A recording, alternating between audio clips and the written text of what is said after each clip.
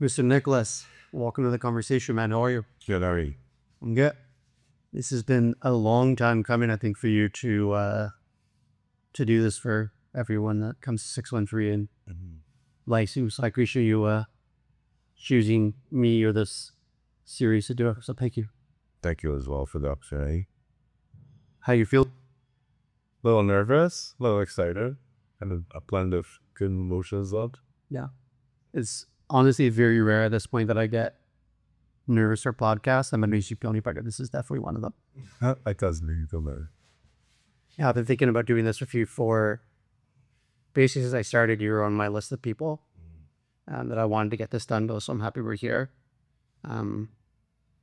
Yeah, I really just want to start off with young Nicholas, and I don't know that part of you. I think it's important. So, what was growing up like for you? How far back are you going? As far back as you want to go. I really just want to bring everyone through your life until where we're sitting today. Well, growing up, I was very involved in sports, although the best involved in school.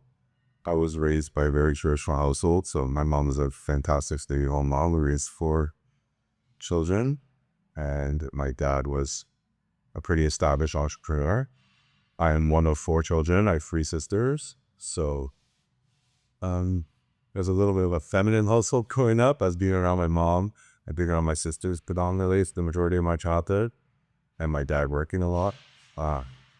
So I found a lot of comfort in sports and extracurriculars and stuff where I got a little bit more interactions with males and male coaches and things like that.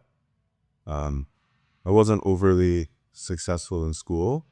I think the way my thought process works was a little bit different than the school education system. I definitely learned a ton from my dad working in the summers, working post-secondary. And then basically from there, it was one entrepreneur day after another, and then led to the gym. Got it. Yeah. Did you play sports at all growing up? Yeah, I played, well, when I was younger, I started with soccer, played hockey after that, but predominantly it was football. When I was like maybe 7, 8 years old, until I was about 20. I played 1 year in college football, but it came to a pretty abrupt halt in second semester of grade 12. I was hit by a car where I broke my tibia in 3 spots. I broke my inside skull, my jaw, my nose. So it's a very serious concussion. That was in February. So I tried to rehab in time to make it to stage up football in that August or September. I made it there, and I practiced. I never played, but it was a tough pill to swallow because I think, all in all, looking back now with hindsight, 2020 vision, I would have probably quit sooner, so I wouldn't have wasted that year. But I definitely learned a lot living on my own, playing college sports, balancing school and the gym and a workout routine and relationships and everything. So it was a good learning experience, but it didn't end up panning out because my injuries were too great, and I wasn't able to fully recover. I was never really a strong runner or sprinter before my accident. So then after, it was probably the area of my athletic ability that I impacted the most. So football was pretty much impossible to do at that level. And that's actually when I made the realization that I'm actually better at lifting weights than I was at playing football, because we would have all our team training and lifting sessions in training camp. And I would be 3 or 4 strings, and I'd be top layer 2 in all the lifting drills. So it was kind of like a slow epiphany. It didn't happen right away because I had such a passion and love and desire to play football. And I think that detaching yourself from that reality that you embedded in your head from 10, you're I want to play college football, I want to play in the CIS, I want to play in the CFL, So it didn't just happen and then I gave up on it. It took a full year, almost 2 years for me to be okay, this dream is not happening. It's better for me to just create a new path and to continue on this one that has been turned in the other direction. And again, just from being in the weight room, would be around linemen and linebackers that are 20, 50, 100 pounds heavier than me, and I was performing better than in the weight room.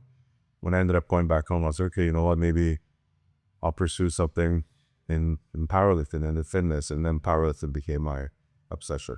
Go ahead.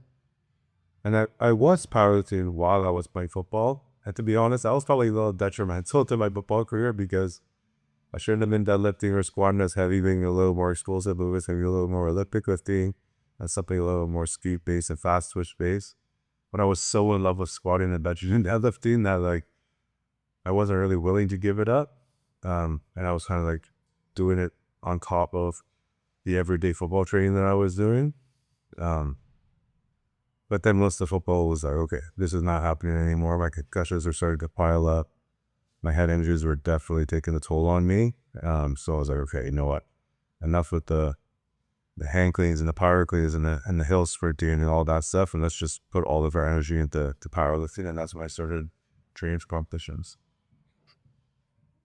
Why do you think that the school system isn't right for you?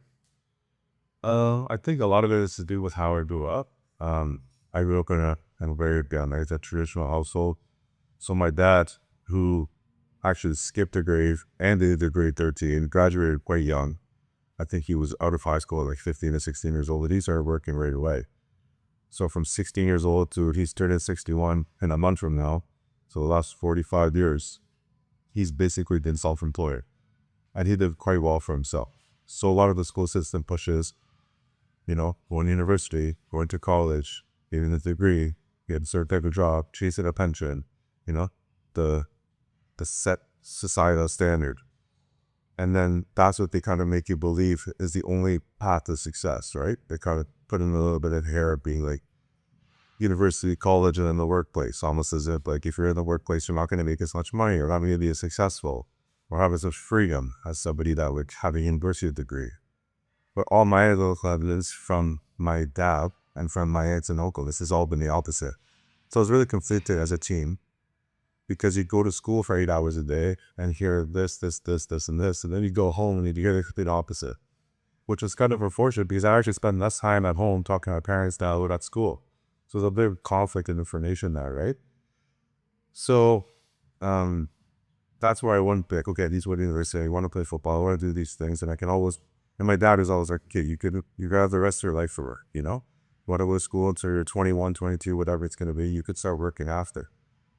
But in hindsight, now again too, if I was to do it all over again, I might not even want to high school. I might have just said, you know what, after grade 9 or grade 10, even if that, I would have just went to work. Because I got much more life experience and I learned a lot more life lessons from working, interacting with people, and doing everyday business things than I did in school. And a lot of the things that I learned in school, I don't really apply to my day-to-day life right now. And again, that's subjective to every single person, right? I mean, obviously, if you're going to become a doctor or a lawyer, an accountant, an engineer of some sort, you want to need some form of education. But for the paths that I was exploring, like construction and the gym industry, and again, not specifically like personal training or physiotherapy or anything like that, just running a gym business, I don't think what I was going to be learning in school would have been as beneficial to me as, again, just on-site experience. There's definitely something to be said. There's definitely lots to learn from a business standpoint too, taking a business degree or whatever. But I don't think anything supersedes real life experience. Not a good thought. What was your first quote unquote real job where you got a paycheck from someone else other than maybe family or?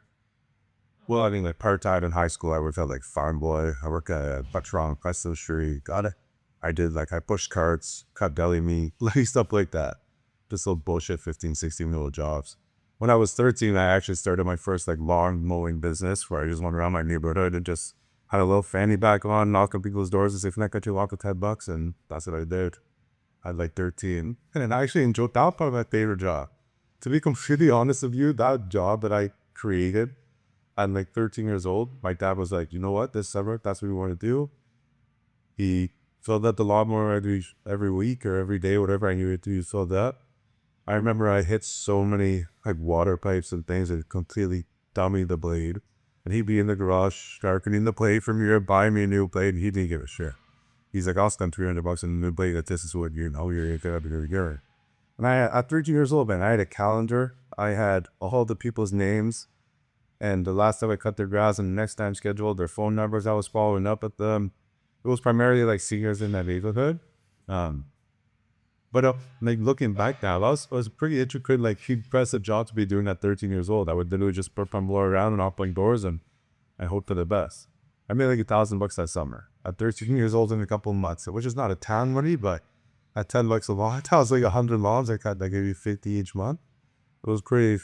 I was pretty happy. And I remember coming home with that sense of pride that I created something and I found work and I'd made money myself. I didn't go get a job and get paid by somebody to do what they were telling me to do. And there was so much trial and error there. And I was lucky to have that guidance from my dad. He gave me his machine, he gave me gas, gave me maintenance. As long as I was, putting my best foot forward. And then the other part-time jobs came after that. And then in the summers, I would always work for my dad's framing company. That was kind of like off and on. And I did landscaping for a bit. And then after the whole college football thing, I did framing more full-time. And then I realized, like I liked framing, but really what made me think about it at night was, again, the second epiphany of my life. And after the football one, was thinking to myself, like, if my dad wasn't a framer, would I be a framer? And the answer was no. Because I was doing it because he did. And I was doing it because it was an easy job for me to step into, where I could make good money, have guaranteed work. And all in all, like, even though my dad was a hard ass, like, he was lenient with me because I was his son. So I was like fire thief, which I took advantage of because I was 17, 18, 19 years old. And I was as dumb as they cut, right? I was maybe showing up late or leaving early or not doing as much work as I should have been doing, not working as with my possible forward. And that was because I was taking advantage of the situation, but it was also because it wasn't fully my passion. And I was doing it because the opportunity was there, not because it was, again, an opportunity that created as something I was extremely passionate about. Like my dad started a framing company because he loved framing. Like he loved to build houses, he loved to build floors and walls. And that, God bless, and that's what he loved doing, and that's ultimately what made him last so long, right? Because if you do something you don't like, maybe you could do it for a month or 6 months or even a year or 3 years or 5 years, but to do it for your whole life and to be successful at it was something that I did think long and hard about and being like, okay, I'm 21, I'm 22, I'm 23, these years are passing, like I could be starting something and really like making less money. It's gonna be less secure, less stable, more of a risk, but it's gonna be something that I want to do. So that's actually when I ended up quitting framing and I started personal training at Good Life. And then my first bout was at Good Life on Walkley, which now is still for less than Boot the Heron. And then I started personal training there up until basically the day that I opened up the gym here. How old were you when you opened up this gym? It was 2017. I was 23. I took over February 1st, 2017. I opened, I think, June 17th, 2017. So I'm actually approaching like the beginning of my 10th year. I'm just about to complete my 9th year, as at the middle of June. And then, I was 23, turning 24. And it was a very, very difficult to swallow and a very, like, pretty rough route to take me. And there's probably nothing in life that would have made me mature as quickly as the debt and the business and everything that I had here going for me that made me realize that, okay, like, my dad's not here to get me jobs and my mom's not here to feed me, and like I have to do this myself. I have to get people in the door. I have to pay this rent. I have to get these utilities. I have to buy stuff like that. No one's here to do it for me. Did you have a silent investor? No. Got it. No. It was my family, or there was no silent investor. So that was also very mentally exhausting, because there was portion of times where you're thinking like, those early months and years were a tag, I barely got by this month. And like you're basically your rent payments or utility payments or loan payments or reinvesting into the building. And I'm there cleaning toilets, mopping floors, doing personal training, doing membership tours, doing drop-ins because you couldn't afford to hire anybody, right? And then you want to bet on me thinking like, yeah, I'm 23 now, I have a half a window at that over my head. It's a lot to take on. Like, taking on a school debt of like 40 or 50 grand is a lot. Like imagine 10, 12, 15 times that amount. And knowing, if this fails, we still pay that money back. You know what I mean? So, especially because it comes from family, it doesn't come from a bank, it comes from somebody that you really don't have the emotional tie to. I actually think that makes it worse. Yeah. A lot of people would say like, oh, you know, he's lucky because of X, Y, or Z, but like, you know, his dad this or his mom that. But I could go home and sit across from him every day and be like, you know what, damn, I only gave him back this much this month. Like, put it, I should have did on, you know, on par for this, you know. And then these things, they weigh on you a little bit, right? Because we think it like, you know, you forfeit on a mortgage or you forfeit on a bank loan, you claim bankruptcy and the bank's eating you. But if it's family that's eating that, you know, you're taking money off of a will or money out of an investment that they could have made that much safer at the time, right? Like my dad invested money in me. Well, quite frankly, I showed him no qualities or traits of somebody that was deserving that amount of investment, right? He solely did it because I was his son. And I drew out a business plan and he blindly trusted in it. And I know it because he told me. He stayed up many nights thinking like, damn, boy, I did it, you know? Like, because there was times where the gym wasn't doing well or, you know, you just breaking even or you're reinvesting and, you know, it stops. And the first couple of years were challenging. And again, I started in 2017, and then by 2020, COVID happened. And that was a whole other. Yeah. But that was just to go to show you that, like, it wasn't necessarily an easy path. Yeah, I think it's important. You're one of the cool things about you agreeing to doing this. I guess maybe the word is finally, but there's a lot of things behind the scenes that's going to be cool for people to learn about you. So you said 500,000. So when you opened this business, safe to say, well, that was kind of around the number that you were in debt to? Yeah, more. Sure. Or to say, well, yeah, $500,000. So when you opened this gym, to my belief, it was just the one side, Right. powerlifting only gym. Yep. Because I got my first membership year in 2018. That's when we bought it up. Mm. And so basically, walk me through the first year or two, like what some of your goals were, your plans were to make this business like more profitable. Well, I think the original goal is to break even. Get a break even as quick as possible. So what I rented at the time, let's say I needed with rent and overhead and other utilities, I needed a couple hundred Mondays a month. So my goal was to get to that as fast as possible. But then to be able to maintain and sustain it right month to month. So be able to operate and keep people happy enough to be willing to say. Obviously, Ottawa is a relatively saturated community when it comes to the fitness industry. Like just in this like 5-kilometer radius alone, there's like 3 Anytime Fitnesses. There's a couple Good Lives. There's a Movati. You know, there used to be Snap Fitness. Now there's Planet Fitness as well. And there's other private spots as well. So there is a lot of competition. So you have to be able to be willing to offer a product and service that other people can't have. And that was kind of where the niche I was trying to target. With the YMCA and rather than my goals, the opportunity was there for, you know, something a little bit more quote unquote hardcore based, you know, with like powerlifters or bodybuilders or people that wanted to take their training a little bit more seriously than a commercial like establishment. And something that's a little more small net and a tight community. No, but not everybody wants to train. Some types of thousands of people go, right? So that was kind of the void I was up to fill. So remember through some of the business side of things, so I understand, because you know a lot more about this than I do.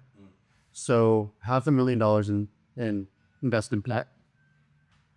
You open up, or just for easy numbers, your overhead and rent is it's 20 grand. And you need 200 members to cover that. So if you're breaking even there, you're not even touching into paying off any of the debt for the investment. So you're breaking even to keep the pores open, but you're not breaking even in terms of on track to paying off the debt. Exactly. So that's why that debt, you know, it accumulates because there's interest on it, and it gets bigger with time. So even though you're keeping the doors open, you're actually creating a larger amount of your client in terms of like actually seeing the light at the end of the funnel, right? So did you have numbers then in terms of how many members to set it down by that as well, and cover overhead? Yeah, I mean, And that's any sort of budgeting how on any business would do. You have to figure out, you're going to for your overhead, your debts, and like whatever you're looking for as a take home, right? So How long did it take you to be able to not only cover the overhead, but start chipping away up at that? like probably 3 years. 2-3 years, 2.5, 3 years. Yeah, it was a lot because any extra money that I had too, like I would just be like covering just basically and reinvesting in new equipment and new stuff to offer more and offer more and offer more, because obviously $500,000, while it sounds like a large number, is relatively small when you're comparing it to like the startup costs of large commercial facilities, right? So there was a ton of equipment I didn't have to offer. There's a ton of square footage I didn't have to offer. And then rent and utilities and stuff has only been increasing every year since the last 10 years, right? So I would say it was, maybe at the earliest 2 years, at the latest 3. But then again, COVID started 3 years after. So then, it was all born again.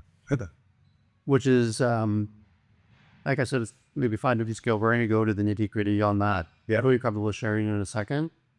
So level 1, cover overhead. Level 2, start chipping away from that. So at that 3-year mark, are you making like personal money at that point? Yeah, I mean, I'm covering my everyday expenses. I'm not living like a king, let's say. I mean, I'm out of this food in my fridge. The utilities are all at my home and the mortgage is paid, but I'm not doing any, like, I wasn't traveling. I was just working, training, and eating and sleeping. Like, there wasn't really, I was also just 23, 24, 25 years old. So I was doing like some extracurricular stuff, but it was rather limited at that time because I was training to revert. Right. So safe to say you were just a pretty moderate salary that you get like at that point, like you're making Yeah, very modest. 70 or something like that kind of year. So, at the time, less than that. less. Oh, Got it. So you were making, yeah, I was there. If I was paying myself much too, there's like I was just covering my bills, and then everything else I was just putting back into the business at the time. so you're basically making, You were gonna live at that boy. got it. Yeah. So you're almost like you're all personally, like you're just got a minimum wage work right now. Yeah, and then I found, but yeah, exactly. But the thing is, at that time, like the alternative was for me, to be making 20, like 10 years ago, to making $20 an hour in minor scurvy and plus 30, walking on roofs and walking on walls and doing something I didn't like. Yeah.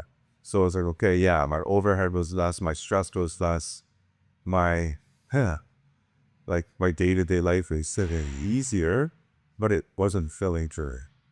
So I would have rather been in this, like, and that's where I think being an entrepreneur lies. It's like, are you willing to take these risks, and are you willing to let the stress and this burden of debt and whatever over your head, but be doing what you like every day, right? If I was still waking up, and I was doing things I hated, but man, I was cleaning toilets or powerlifting massive shits in the toilet, clogging toilets, like I was wiping, picking up gum off the floor, I was cleaning up, piss on the floor, I was doing everything.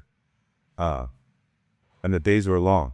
But again, I was in a place that I built, and I was around people that I love, and I wasn't after working like terrible climate conditions either, right? Yeah. And I think it was fulfilling too, where it was like, hey, I'm doing something for myself. Because now they grew up in a house where it was like, oh, but it's that, oh, but it's that, oh, but it's that. But now I was doing something that like, no, this is a brand that I built, Like I can give $500,000 to a lot of people at the gym tomorrow, they will be able to build anything. And even if they build it, would they sustain it, maintain it, or grow it? Probably not. Yes. It sounds It's much more than just the monetary amount. And the debt, like the debt, debt is really weird. It's like, you know how we expose our bodies to physical stresses every year, in the weight room, and you become more accustomed to it. You become more accustomed to stress. It doesn't be as like, there's a way on there as much mentally as free. These debts do the same thing. When I was 23, 24, 20, these debts were paralyzing to me. Like I would wake up and like I wouldn't scroll on Instagram, I would check my bank. Like that was the first thing I did. Like, damn, it's still there. Damn, it's still there. Damn, it's still there. Going to bed, thinking like, damn, it's still there. Tell me, you know what I mean? Like, man, only went down $100 all week. You know what I mean? Like just things like that. But you learn that like not all debt is bad debt, but you learn how to work with it and not how to work against it. You know what I mean? And some of the richest people I know have enormous mortgage debts. They're leveraged like crazy, but they're learning how to use it to make themselves make money, right? So I think that's an important skill to be able to develop too, is to not get paralyzed by these numbers, especially that are on just a computer screen or something. But to learn, like to realize, like, okay, it's not just this number, it's this whole building. So don't focus on this, focus on that. And if what can that make you to help work against this number, you know, like it's a weird concept to explain to people. But it's something that I've become much more comfortable with over time. Like now I have a few like mortgages and stuff like that. And like if this was 10 years ago with me, people were scared of shit. And I would have thought like I had millions of dollars in mortgage debt. I would have been like, well, hell no. Like I'm not going to sleep with that. People want peace of mind. People want no credit card debt. People want no mortgage debt. People want no, they don't even want a mortgage. They want to just pay right. You know what I mean? But which is fine. To each their own. But I've become so comfortable with it, and I've just learned how to be able to manage it. That's actually been one of the probably more important skills that I've learned over these last 2 years. What year did you start making substantial personal income? So 2021. 2020 was good-ish. 2021 was for not. That's the year you will open 6 figures. So you, Oh yeah. Yeah, it would have been like March 2020 fully started, and I was like, and that was like when I won Arnold's. That was like the peak of my lifting career. I was 220 pounds. I totaled 900 pounds. You know, COVID just started. I was kind of navigating my way through everything. I was closing at the start, reopening, closing, reopening, asked for their directions. And I was really under the impression, and I was wrong, but that it was, this whole ordeal was to get Trump out of office, you know, for that November 2020 election. And I thought that, you know, they're not going to do in-person voting, they're going to do election voting, they're going to fiddle with the election or whatever, they're going to do whatever they can to get him out of office. So I thought, you know, after November sheriff, it was going to be over. I remember people talking to me, especially people in the gym, military people and stuff, saying, I'm telling this, give me a 2+ year thing. And I was like, there's no, you know what I mean? There's no way that I'm going to be opening and closing my doors after just starting to see like a good turnaround and a good profit. Now that I'm going to have to open and close my doors for the next 2 years, like I'm just burning through time here, you know? And then November is when I took the leap of faith and I took over this bay, the one that we're in now, the bodybuilding side. And I started renovations, and we were actually closed at the time. And that worked to my advantage because I knew we were going to be closed for the foreseeable future in the winter. It was like November, December, January, and early February of the end of 2020, beginning of 2021. So I took that opportunity to like, well, the demolition, break down that dividing wall, we do things like that while no one was in the building, which made my job easier in the sense that like I didn't have to run a business and expand the business at the same time. I didn't have to put anybody in danger, because obviously that would have been problematic. But I wasn't making any money either. So it was kind of catch-22, but I ultimately opted to do it. And I remember February 11th, 2021, it was one of those days that like, Doug Ford was going to make an announcement of whether it was like continued or not going to be continued. And I was done my renovations by that. So it was like November to February. And I like the 90% of the equipment had arrived. So the construction was 90% done. I was okay, I'm ready.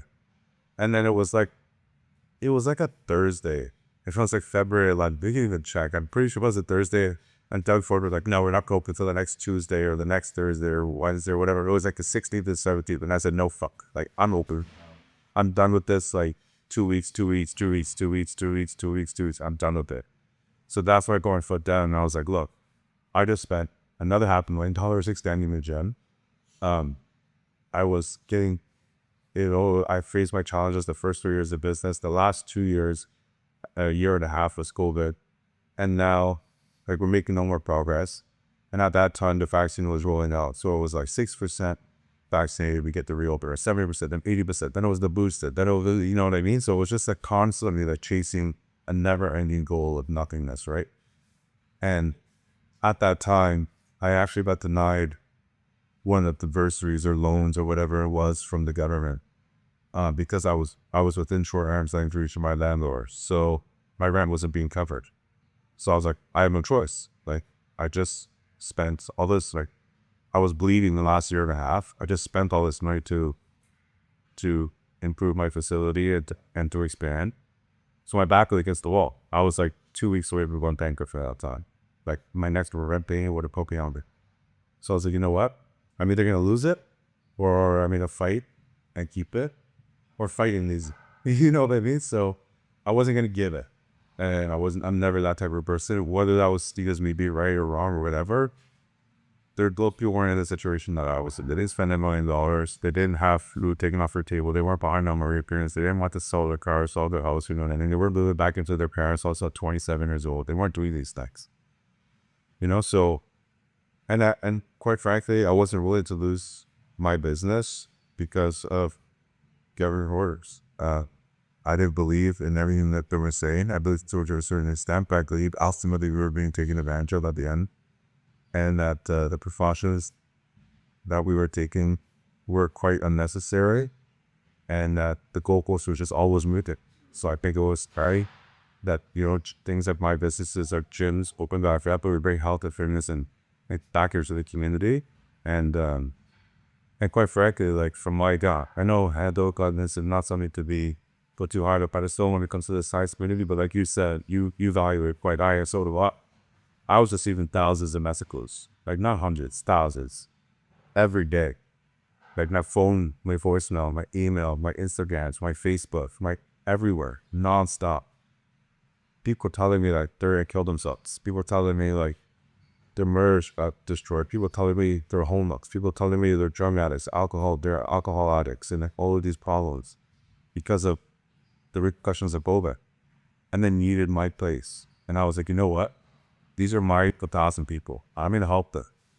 You know what I mean? Like, if the outside world sees it as a problem, if the other million people in Ottawa sees it as a problem, I'm willing to be seen as a problem for the rest of society if I know that the 1,000 people closest to me are gonna be put in a better headspace. I didn't force anybody to be here. The men and the women that chose to be here are all adults. They're all consenting. They all chose to pay it to leave their house as they come to be here, right? And the Holy Consent Agree's head, if they want to heal the membership or pause or cancel or go somewhere else, they were allowed to do so. The ones that came because they ultimately made a decision as an adult that was in their best interest as well, physically and mental. So I was done again with the moving vocals. I was done again with the depressing messages and like constant stresses of like me, even myself, not being able to work out, not being able to improve myself, not being able to like, I'm in the prime of my life. I'm like mid to late 20s now. My business has been operating for like 5 to 7 years, and I should be seeing a consistent growth, but I'm just getting setback after setback after setback after setback. And I'm losing like, you know, $35,000 a month just in like overhead. Like I wasn't taking it anymore. So I had really no choice.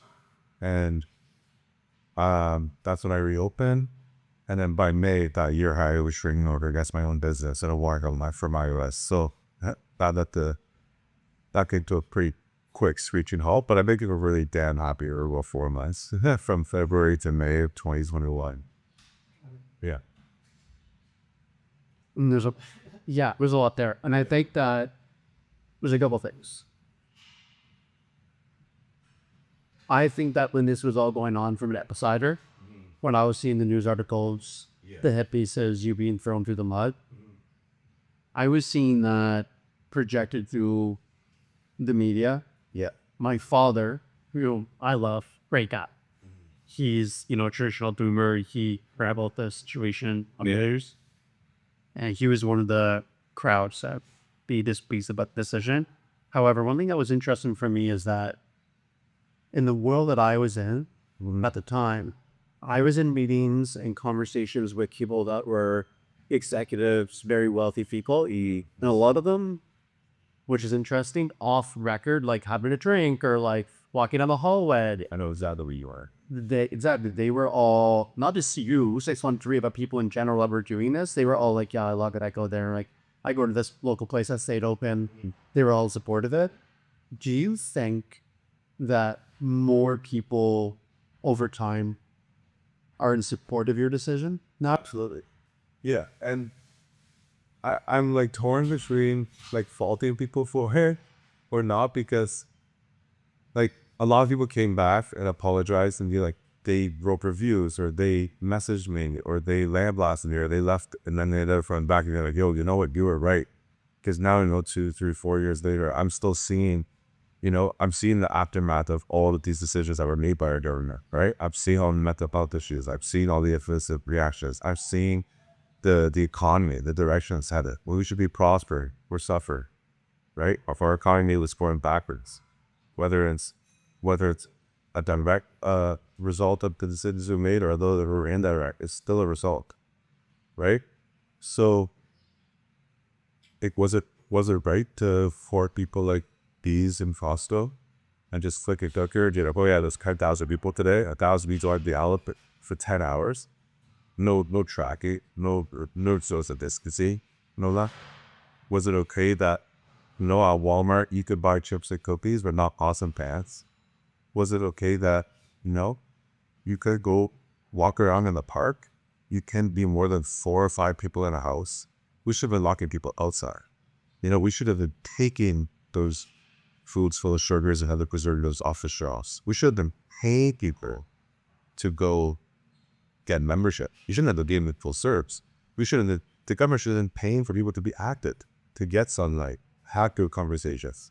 But instead, the opposite way being done. Stay inside, stay on their phone, the LCBO's open, and fight with your spouse, fight with your children. Don't go to school. Don't develop healthy social interactions. Don't let your kids learn how to speak and learn how to read. All those kids that missed kindergarten, grade 1, 2, or 3, some prime development years of their lives. They're not getting any sort of social interaction with anybody but their parents until they're 8 years old. And the COVIDs are debt free. You know how behind they are intellectually now? You know what I mean? Put it in a classroom at 8, 9, or 10 years old is far as different than, at 3, 4, or 5. Right? And you see some of these, the effects of some of these. Like a lot of the kids today in high school that were in elementary school when this would have happened, a lot of the social skills are way off, And they're growing up in a situation that has like addictions, they're running rampant through all areas of society, all areas of North America, whether it's alcohol, whether it's, a schedule of narcotic of any sort, some sort of opioid, whatever. I think we've all seen it happen, whether it was redirected to us or like 1 or 2 degrees of separation, right? And that's not the childhood that I grew up in. Like when I was 10, I didn't see people doing that. But the worst drug at that time was weed. Everyone just used to smoke weed at the park, and that was it. And now it's like there's like a tremendous amount of homelessness and drug addiction all over Ottawa, and it's very sad. And it's not just in lower class communities and things like that. It's running rampant through, working professional middle class people and higher and upper class, which is very, very draining on our economy and on the mental health and well-being of our students there. one thing that I find infuriating is that when you look at social media now and the news, a lot of people out there, like the Faucis of the world, are in interviews and are saying, yeah, like, I think we definitely made a bad decision now that we see all the data on school closures. Do you think that that is genuine, or do you think that they knew that? Oh, our beauty fudge is not stupid. None of these people are stupid. And I think that they play off that stupidness or that overly cautious because it's like, it's that, like kind of like a moral superiority type of thing to do. It's not. It's like, oh, we're going to be extra flat so we can make sure, like, stay home, save lives, or fight on your emotions. Stay home, don't get sick. Stay home, don't touch anybody. You stay home, go seek with your spouse. Like, that's crazy to me, And if you look at videos of Fauci back in the 90s and early 2000s, he said the whole opposite. There's interviews that I posted every single day where I could pull out over by Facebook memories right now, where he was like, if someone has natural immunity, should they get vaccinated? And he said, no. And he goes on a huge record. There's nothing stronger and more resilient than natural immunity, X, Y, Z, blah, blah, blah. He goes off and off and off and off and off about it. But now, when there's money to be made, what does he do? He says the opposite. Same thing with all the politicians. It's like, who are we to listen to politicians about benefit affairs? And that's a very dangerous boat to go down. And I don't think people realize that. And I think a lot of the faults, it's put on the people the people in Canada, but it's also because Canada is such a young country. We've never experienced this sort of time before, right? Like if you go to Germany, Italy, you go to China, you go to Russia, they experienced things like this before. They're a much older country, much older civilization. They've had revolutions, they've had changes in power, they've had all of these things happen to them. So this knowledge and wisdom gets passed down for generation, where we didn't have that. You know, we started in the mid-1860s. It's been like 150 years. It hasn't been that long. You know, and the immigrants that like raised me, that came here, they ran away from that in Italy, and now they're coming here. We're experiencing the same shit here. That's why people are running away to Canada now. If you look at the people that have left Canada, it's all the top earners. It's all the most educated. It's all of our people that have degrees in science and architecture and engineering, and all of the innovative people and all the entrepreneurs. Why is no one staying here anymore? Why is our population going up or our top 1% decreasing?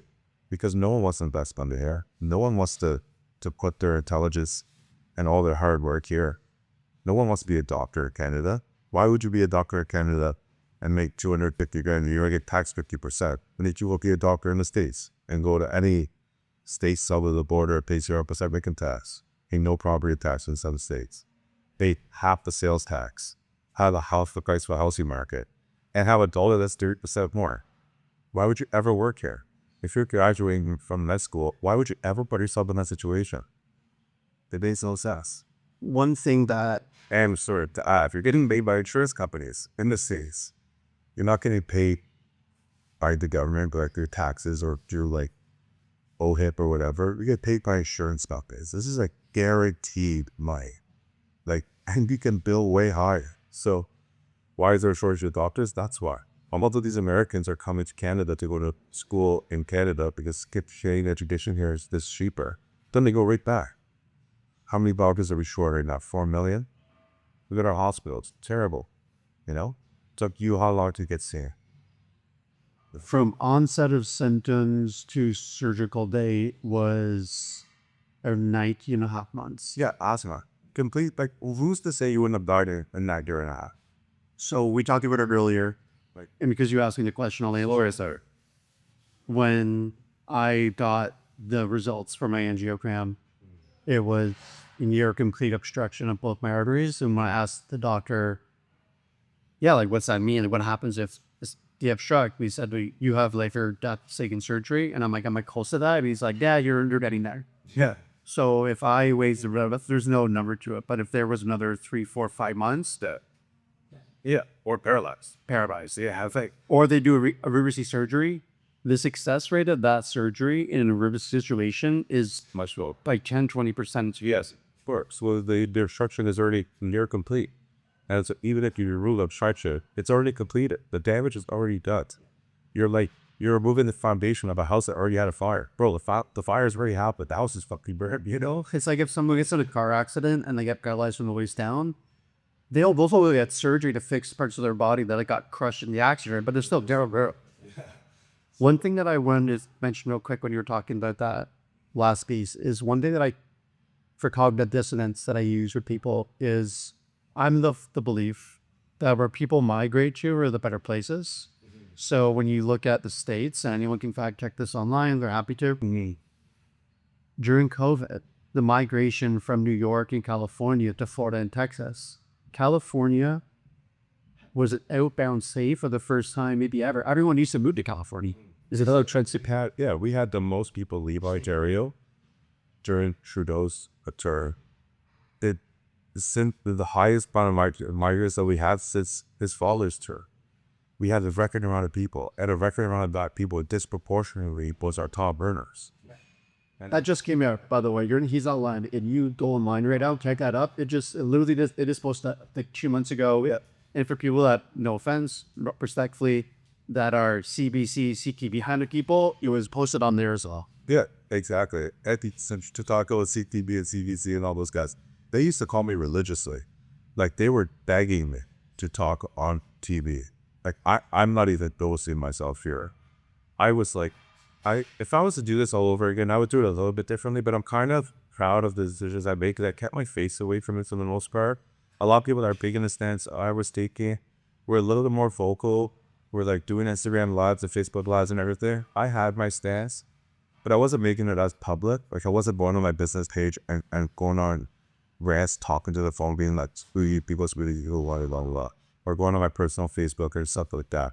And they call me every other week, basically, to go on TV, to talk about Doug's Forest extension announcements. They call me at 10 o'clock in the morning and be like, hey, Nicholas, we want to ties show 5 o'clock to talk about Doug Ford's extending the lockdown. And I'm like, his announcements at 2 p.m. or 3 p.m. How do you guys know at 10 a.m. that he's extended it? You know, and that would get me infuriated, because I'm like, because you guys are in on it. You guys already know what he's going to say. You know what I mean? And that was upsetting to me. I'm like, okay, you know what? I'm here to come. I'm going to come on, no problem. But I want to talk about myocarditis. I want to talk about how the Scandinavian countries are not vaccinating men under 30, but we just approved it for 6 months old.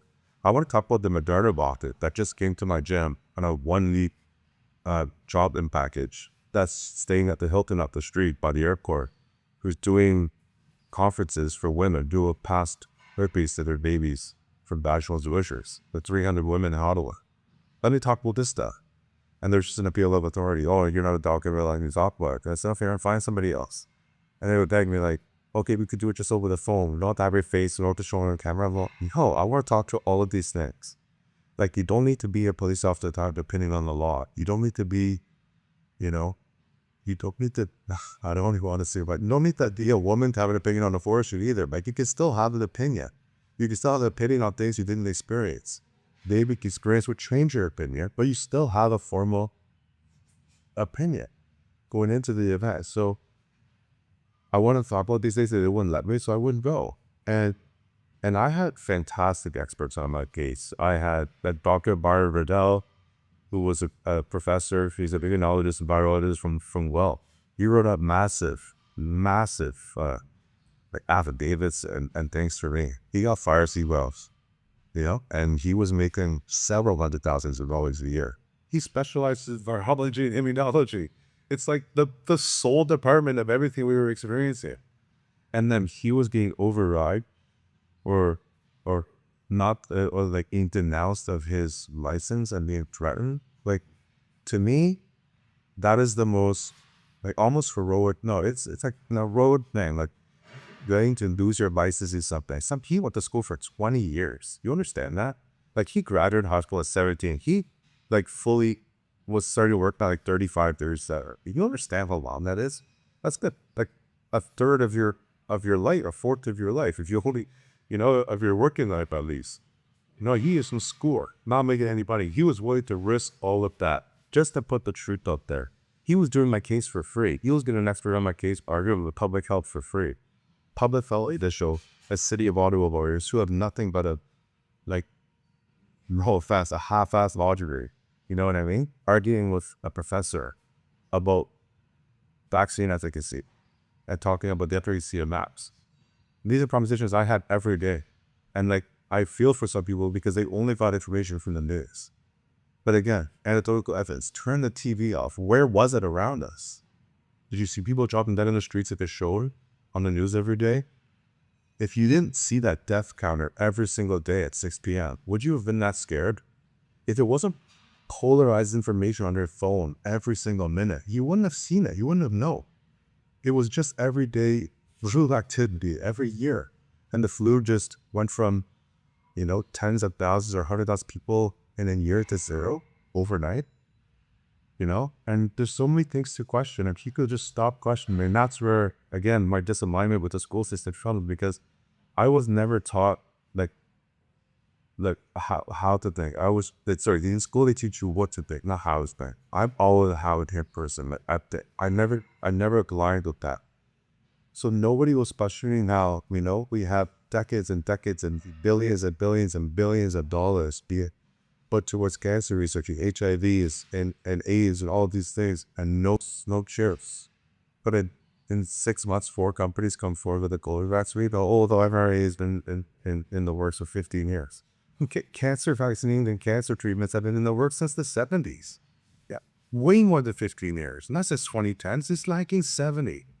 And not 4 companies, 0. Yes, there's treatments, and there's but we've been doing chemo since fucking World War I, World War II. It's been since like the 40s that chemo and radiation came into effect. We haven't even advanced than that. Like it blows my mind. And people were just so willing and able because their job was being dangled in front of them, and ultimately their health, and ultimately their kids. And I sympathize with the people who just they need that stability, they need security, don't have the financial cushion to be able to, get fired from the job or whatever. But neither did I. And I was willing to take that blow because I didn't have to fall back on. I don't have a pension to fall back on. I was just learning, look, if enough people do this together, they can't continue with the protocols that they want to continue with, right? If they need obedience from society. And again, that's where Canadians are relatively soft. They still cause people today in the police force. They're like 50% of the police force would take a vaccine mandate tomorrow from their job, their cushion job, would not be guaranteed tomorrow. Now, did you guys not learn anything? Did you guys learn nothing? Because you're making $60,000 or $100,000 a year, you're gonna roll up your sleeve and take a chance on something like this. But it's not just the vaccine; it's the ripple effect of everything else aspect. The economy shut down for 6 months out of the year. We're billions and billions and billions of dollars or more debt, right? Interest rates skyrocket, we pour fake money into the economy, inflation lasts rampant, we all get screwed, and we're paying the path, right? And Hi, share something quick. yeah. I think you'll like this, and it's important. Because of my fitness and health levels, which I think we could probably agree would be in the top 0.1% of the world at the time. Yeah. I have a friend who studied at a very famous Ivy League school as a doctor. He's been the president on boards. He's one of the most decorated doctors in this field in Canada. And when this was all going on, I generally didn't know at the time, should I get this? Should I not get this? What's going on? So I did a phone call based on an appointment with him to see my friend. And I was strongly advised by this guy who's an expert to not pursue getting the vaccine. So I didn't. I just tell people. And but for me, a couple of alarm bells went off with that. They always say, trust the experts. So I'm like, okay, got it. I'll trust an expert. So I went to an expert who is significantly more of an expert credentially than most doctors in Canada. He's like, yeah, I don't get it.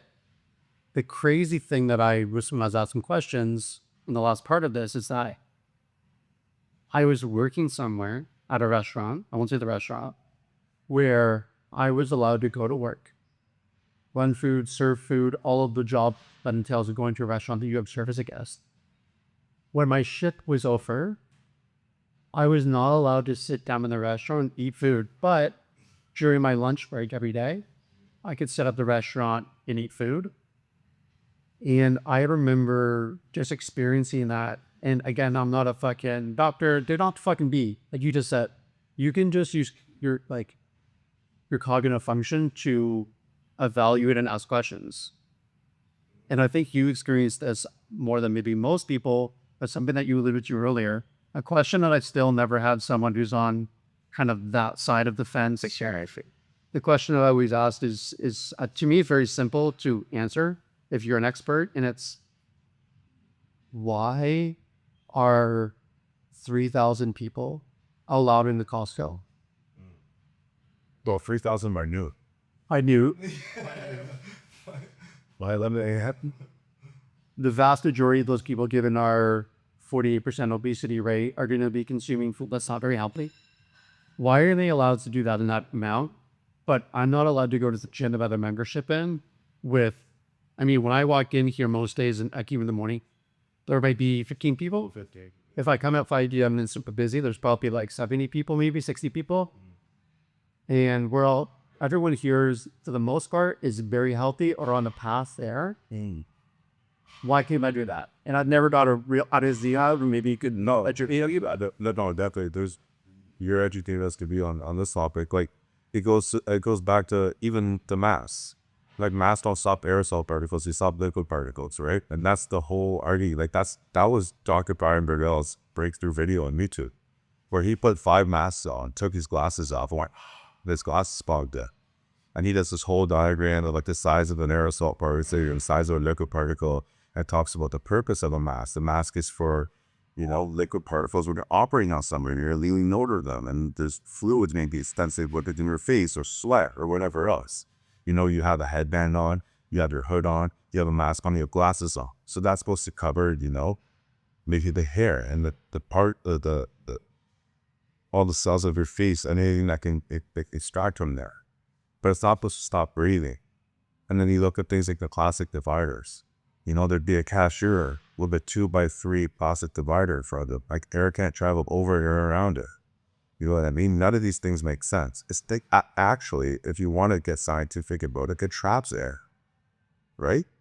Like if you have air circulate, if you do any sort of HVAC to a commercial residential place, you get to get a pretty good understanding of the airflow. And what you need to do with kind of, you're going to do your kind of full air and hot air. I've done this for multiple houses and multiple businesses. So they traps air. Air is less circulated with these dividers in place, right? And that's where you come to the argument, well, we should have been locked outside. I mean, if we could sleep outside all year round, you'd be better off having 1 million people sleep outside their houses than inside their houses. Because you're breathing fresh air. You're getting vitamin D from the sun. In good weather conditions, right? Yeah, in good weather conditions, right. But I mean, half the year is the winter anyways, and then people are driving with masks on in their cars. It's just so, and it's the fear mongering, right? It's the utter fear. And again, some people are more naturally scared than others, which I understand. But you still have to be able to think for yourself, and you can't let people think out of fear, because fear is an emotion, right? It's not always logical. You might get scared to run a marathon, and you've been training for a year. I mean, I still get scared to squat 500 pounds. I've squatted 500 pounds for 15 years. And I still get under the bar like, damn, this shit can hurt. It's still heavy, but you're operating off of fear. You're not operating off of logic and rationale, right? And not only the fear of getting sick, but the fear of now losing your job, being ridiculed by society, being on the front page of the paper, being arrested, being charged for those $800 tickets for being in the park. Man, I had $1.5 million of charges and 1.5 years in jail. My resolution was 10 grand. Like, you understand that that's a fraction of a percent? Sorry. You had to pay me $10,000 to avoid going to jail for 1.5 years? Well, no, it was basically like the equivalence of the fines and the charges was, none of it was indictable anyways. This was all mandated. So I'm really just throwing into the charges. Like, I'm none of this going, so they would threaten me when they gave me a ticket 6 months for up to $500, and I would afford to fight it. And so, after the restraining order was dropped after I went to Supreme Court, and Supreme Court was the funniest thing I've ever been part of. I had a restraining order against this whole building, so I was operating my business from outside of the building, just from my phone, and I was playing cat and mouse. I don't want to get into the details of too much of that. But just forcing procedural error on the court system over and over and over again, whether it was not handed to me, handed to my girlfriend, handed to a member of the gym, ripped down by a member of the gym, like little notes and warnings and tickets, or a ticket would be written in pencils, would be written in pen. I would prove them to them by the time stamp that they wrote the ticket before they even came to the building, that they actually wrote the ticket from outside the building. I was playing cat and mouse for years. I would change the ownership of my company's name. I would change my address. I changed my address to reside at the gym, so I could still operate a business that we lived in. They were hated because I was basically doing everything within my power to make this go on as long as possible. I was like, listen, if it's gonna come to a screeching halt, I'm gonna fucking postpone this as long as possible. Like, and every time there was adjourn, with adaptation meaning the ticket, it was 3 months, 3 months, 3 months, 3 months, and it went on for like 4 years. And so the final obstruction charges was like, there was like 3 $500,000 charges or 6 months in jail for each one. So it's like $1.5 million or 1.5 years in jail. But look, I can't go to jail. It's not a felony, right? It's not an indictable offense. It's a liable offense. I can only be fined for this. I can't go to jail. The whole threat is nothing but the paper that's written on. No, you'd be liable, not criminal. You'd be liable, not civil. It's a civil libel. It's not done, right? You can't go to jail for this. Where in the Constitution, where in the Canadian law does it say this? Go to court, ask them, where in Canadian law does it say this? They can't answer. I sat there time and time again on Zoom. I mean, where does it say this? What law am I breaking? Oh, it's mandate. What law? What can put me in handcuffs? What is an indictable offense? Nothing. So throw it out. Because I know they're shooting in the dark here. I'm not scaring me anymore. And I'm not gonna lie, I was scared like fucking hell. Like, sometimes those tickets were shoved in my mailbox and like I got served on like Easter or Thanksgiving or some shit. Going to my parents' house and they were waiting at my parents' house and on my car and playing boats. And they served me there. And like, how's it been? You guys have nothing better to do. Like, it's Easter or it was Thanksgiving. I can't remember. It was like, it's all a blur to me now. But I'm like, I'm coming here to celebrate, you know what I mean? To spend time with my family, to be happy. And it was like, you know what? It was Thanksgiving because it was pretty nice outside. And I remember being just on like Crankles and them too. And I was like, why are you guys doing this? You know what I mean? Like, don't you have family to be with? Don't you have something positive to do with society? Well, you have a parking ticket or a noise complaint to go right? What bylaw public fund is ready $1 million tickets to people? Like, people like me? It's like the government should be throwing money at people like me. The taxes I pay and the services I offer to the state. But they're threatening me with $1 million and threatening me with jail time. You know, and again, like when I showed up to the Supreme Court, it lasted 20 minutes. It was the biggest joke about, because everything before that and after that was tribunal, which is which is just government employees. The tribunal mediator is just a government employee. It's not a neutral person. They're paid by the government. So you're arguing against the same people that are making the rules. It's impossible to win. So you go to Supreme Court, you finally get a semi-honest person. And I remember it was just an old judge. Sort of hit your mouth, yeah. The semi-honest person being, what's their job? I know he was a Supreme Court judge. Like, he is the highest federal judge in Canada. Got it. Just for the listeners and stuff. Yeah. So it might put you off from it. Yeah, so it's okay. No, like the Supreme Court, when I went there in May of 2021, when I had the restraining order, like they were desperate because they needed to close me because I would be there and operate them. Like, they tried front page to pay for it. They tried to land blast me on the news. Quite frankly, I didn't really give a shit. The more media attention I got, the better my business was doing. And I was going to lose it anyway, so I might as well made as much money as possible before I lost it, right? So I was all good. Either way, I was winning. So I showed up at 9:30 that morning, and the onus is on them because they're trying to prosecute me, right? So the judge was like, "Food blood sick. When did they get sick? Where did they get sick? Why did they get sick? Why did they get sick?" Like, City of Ottawa, public health officials, and Ottawa lawyers, like, is spraying your reasoning. Nobody spoke. I'm telling you, we was there for almost half an hour. Nobody spoke for the 25 minutes. What do you mean by nobody spoke? No, they had no evidence. They had zero evidence. But for just for me, so like, I'm the judge, you're the government lawyer. So I asked that question. What would they say? Just silence or like? No, Eric, there wasn't a syllable spoken. It was 20 minutes they had. So who ended the dead silence then? The judge. It was like 9:55. It was like 25 minutes later, and he was like, "Okay, guys, like." Literally, word for word. You know, it was like, "Okay, guys, we have an attempted murder case at 11 o'clock. So no one's speaking on this matter. It's over. It's going back to tribunals." He had his deal then. We left. Cost me like 10 grand plus tax. And did you have legal representation? Yeah, of course. I went to legal representation with everything. But it just goes to show you like how misled these public health officials in the city of Ottawa. They were so desperate. They were just trying to draw me on lawyer fees. They knew they didn't have a case. The City of Ottawa lawyers on my case, they changed hands like 5 times. Like, it got adjourned. Like, we would show up and it'd be like, "Okay, the matter is 613 left versus the City of Ottawa. the lawyer on the file from the city of Ottawa has changed from John Smith to Tim something, and he has to still review the file, so it's being adjourned to the next day. Who is your lawyer? I had a couple different lawyers at the time. I changed hands, I think, once or twice. One of the first lawyers that I had, they were just technology civic continuing. They lasted the first couple of years, and then I had this other man and his like student that was working underneath an apprentice of some sort. That was from Shaw, and they were really good. And they represented a few gens and all of it. Do you drill down for your like mutual friends, like a trusted source, or do you just like hire someone? Well, yeah, we're all like pretty much paired up and hired the same guy. Like me, it was Sacro Foot Above Fitness. I think it was a guy called 819 CrossFit. I had to go on Facebook and stuff. We were like 10 gens that hired the same guy. But at the time, like the city of Ottawa, they would like the lawyers would bill for a full day where they showed up to bill for 15 minutes. Right? So they didn't get a shit. They showed a date, they clocked in at 8 a.m. They clocked out at 9:30. We all just went on Zoom. They adjourned it. They got paid for a full day.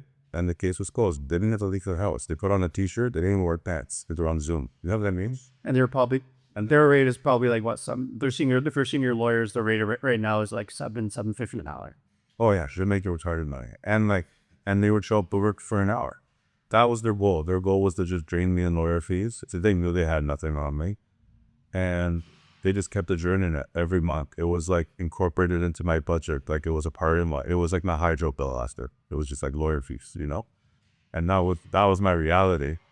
And that's when I really became thorough in like studying law and studying all these effects of medicine and natural immunities and stuff like that, because that was the most effective thing that I could have done to keep my doors open and service my community, was not be a personal trainer, not be a lawyer, but be somebody that was like, be meant to keep this establishment open by a fight and a good fight. And I believe version of what, yeah. I believe it's Godfather 2. And there was a situation with Al Pacino, the guys, and they were getting crossed by police. There were some questions. And their lawyer, like, rolls up in his car, gets out of his car, and starts talking to the police and goes, "Well, you got to talk to me now." On their lawyer. And the police just, like, left. Right? It's like one of those things where, like, they, in my opinion, for people that I know that have gone through legal stuff, is with the government, is the government will pass here and there, in my opinion, correct me if I'm wrong, they're hoping to couple things. The government can't arrest you. They're like, but I mean, sorry, like, but yeah, but when they're pressed, but what if you through the ring for the lawsuits and stuff? They can instruct police to do whatever they want. It's up to the police to say yes or no. Like the government was pressing, like, and government employees like public health and bylaw was pressing cops to come here every day. You had the cops that had signed up in my gym during that COVID period. I would have the Ottawa police call me off like private numbers. They're like, "Hey, we're fireball people, RCM people, military, blah, blah, blah. We want to come in and sign up." And I'm like, "Man, this is entrapment. Like, you're full of shit. You're not going to come in here to sign up on my gym." They come in and sign up. As like, they're like, "Man, we're vaccinated and stuff." And like, I have cops walking through my back doors, full uniform, doing like inspections. I had cops working out in plain clothes. And they would like dab each other up and like, "Yo, what up, bro? I'll see you at the shop later on Greenbank or whatever, you know, the Greenbank station or whatever fucking station they're working at." And be like, "Yeah, I'll see you there. I'm in at 1 o'clock. It's 11 a.m. They're pumping their bench." So did you have police officers, healthcare workers, doctors, all of the, I'm not going to say names, obviously, but Not Ottawa Public Health, no. I had tons of cops, tons of ambulance, tons of firefighters. Like more services, probably like again, firefighters, ambulance, the paramedics, and police. But not, I didn't have anybody from bylaw or public health sign up. Man, and but so that's crazy number of people here of these individuals. I had 100 police officers at the time. Like a solid 100 police officers. That's a large amount of like one department. Significant. Like there'd be 10 cops working out at one time. And I had 2 cops in uniform walk through the back door, and I'm like, "Yeah, I'm punished." Like I'm standing on the balcony pretending to be on my phone, like looking over the gym, like, "What's gonna happen here right now?" Like, and they would, and I'd be like, "Hey, I have members of the gym who are related to the cops." And like I remember, I'm not gonna name names either, but like he'd be like, "Hey, that's my uncle," and then he would cross it up and be like, "What are you doing here?" He's like, "Man, we're instructed to come here." We're going to walk through the building front to back. We're going to leave. We're going to just write in our calendar or ticker or time stamp back then that we did it. And that's it. They didn't want to do any of this. They were instructed to do it. But whether they actually going to follow through with it was irrelevant. They just didn't want to get fired. So do you think that was a decent percentage of the police force in Ottawa that were not on board with all of this, but they wanted to keep their jobs, so they just... Of course. Like I said, they took the set of them tomorrow. When I talked to police officers, they said that they would probably do it again just to keep their job again, right? Because they got kids, they got food on the table, and because of the state of the economy, they can't afford to not have that steady income, right? Yes, it's one of the things that, first of all, horrific. Sorry, you shall not be, there'll be, I'll get murdered if I don't ask that. Yeah, obviously it's horrific. Man, it's like the mate. If the mate, it wasn't there to you, that wouldn't even have been an option. But it was an option as something you were contemplating because it was there. You know what I mean? And that's scary. That's very scary. That's even more permanent than what we're talking about, right? It's scary in many ways, and thinking about what's happened in my life in the last 5 days, that I can't share publicly, but my life is, and probably my fucking family's life, has just changed forever, financially, and essentially everything on the road. And then to think that if I went through with that, they probably would have accepted.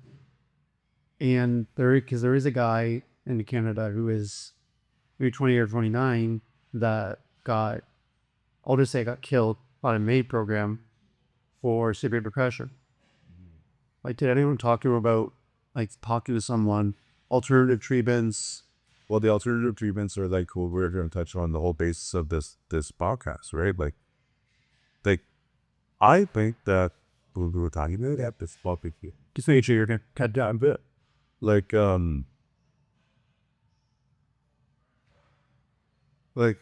I was essentially killing myself in the most cowardly way possible. And I'll be the first one to say it on camera. If I was more courageous, I probably would kill myself too.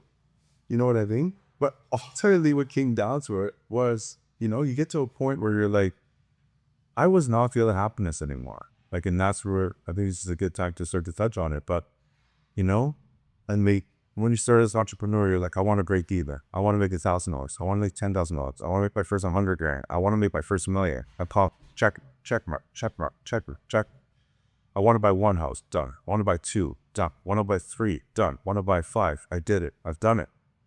And it's like, okay, now I have all this. I want to buy a big truck, got. I want to buy a bigger truck, got. I want to buy a task car, got. And then it's like, hey, I'm still not happy. You know what I mean? It's like, if you would have told me 10 years ago, this is all I would have had 10 years, like this, all of that, this would amount to 10 years from now, I would have been over the moon. You know what I mean? And that the girl of my dreams at the gym, I have the perfect daughter, I have a son on the way, I had everything I could have ever wanted and more. But it was like, there was such an imbalance in my brain from the TBI that I had from my car accident and being hit by the car. Well, I was run over, I was walking. I was in the car, so I was hit by a car. And then all the concussions from football. And then, I didn't really realize it. But through my young adult years, my late teen years, whatever, there was small addictions there that I didn't realize. Like I was addicted to, I know this might be silly, but I was addicted to video games. You know what I mean? Where I wouldn't go to work, so I want to play video games. I wouldn't go to bags, I want to play video games. Then I was addicted to fast food. So I was like, you know what? Now I have money, I have I have a car, I have a job, I have a little bit of money. I used to eat on the road. Big Macs are better than my mom's too, right? No. But that's what I eat. Those decisions you make. You don't want to go home. You want to spend time with your friends. You want to be in the car. So you eat pizza, you eat burgers, you eat garbage. And then, then we start drinking. And then you're like, okay, you work Monday to Thursday, but then Friday, Saturday, Sunday, you're drinking. And then, you party, you hang out with the wrong people. And then alcohol leads to cocaine. And then, those serotonin, dopamine receptors are shot. You don't know what real happiness is anymore because unless you're eating food that's super high in sugars and processed foods, that's killing your hormonal balance, while you're taking steroids, that's killing your hormonal structure, while you're drinking, which is toxic as fuck, then while you're doing drugs, like hard drugs, which just like, it's just like a compound of concoction of fuckery, like that your brain can't recover from. So it's like, unless you're taking all of those compounds at once, you're never going to feel any sort of normalcy in your life anymore. So it doesn't matter that you have a wife. It doesn't matter that you have your kids. It doesn't matter that you have $250,000 of car in your pocket in your driveway. It doesn't matter that you have millions of dollars of real estate. It doesn't matter that you have millions of dollars in your business that's paid off. It doesn't matter. Because the only thing that makes you happy is that sensation of a chemically induced high, right? And then you start coping with the downfalls with the same thing. And you're just in this perpetual never-ending cycle of nothingness. That was how I was proving myself, essentially. And I'm happy that was a perfect segue that we aimed for able to touch to. This is an important part of the conversation. Or really start of the whole thing. But I want to timeline it a little bit for everyone listening. So when did you said fast food to and all that, show yourself to substances?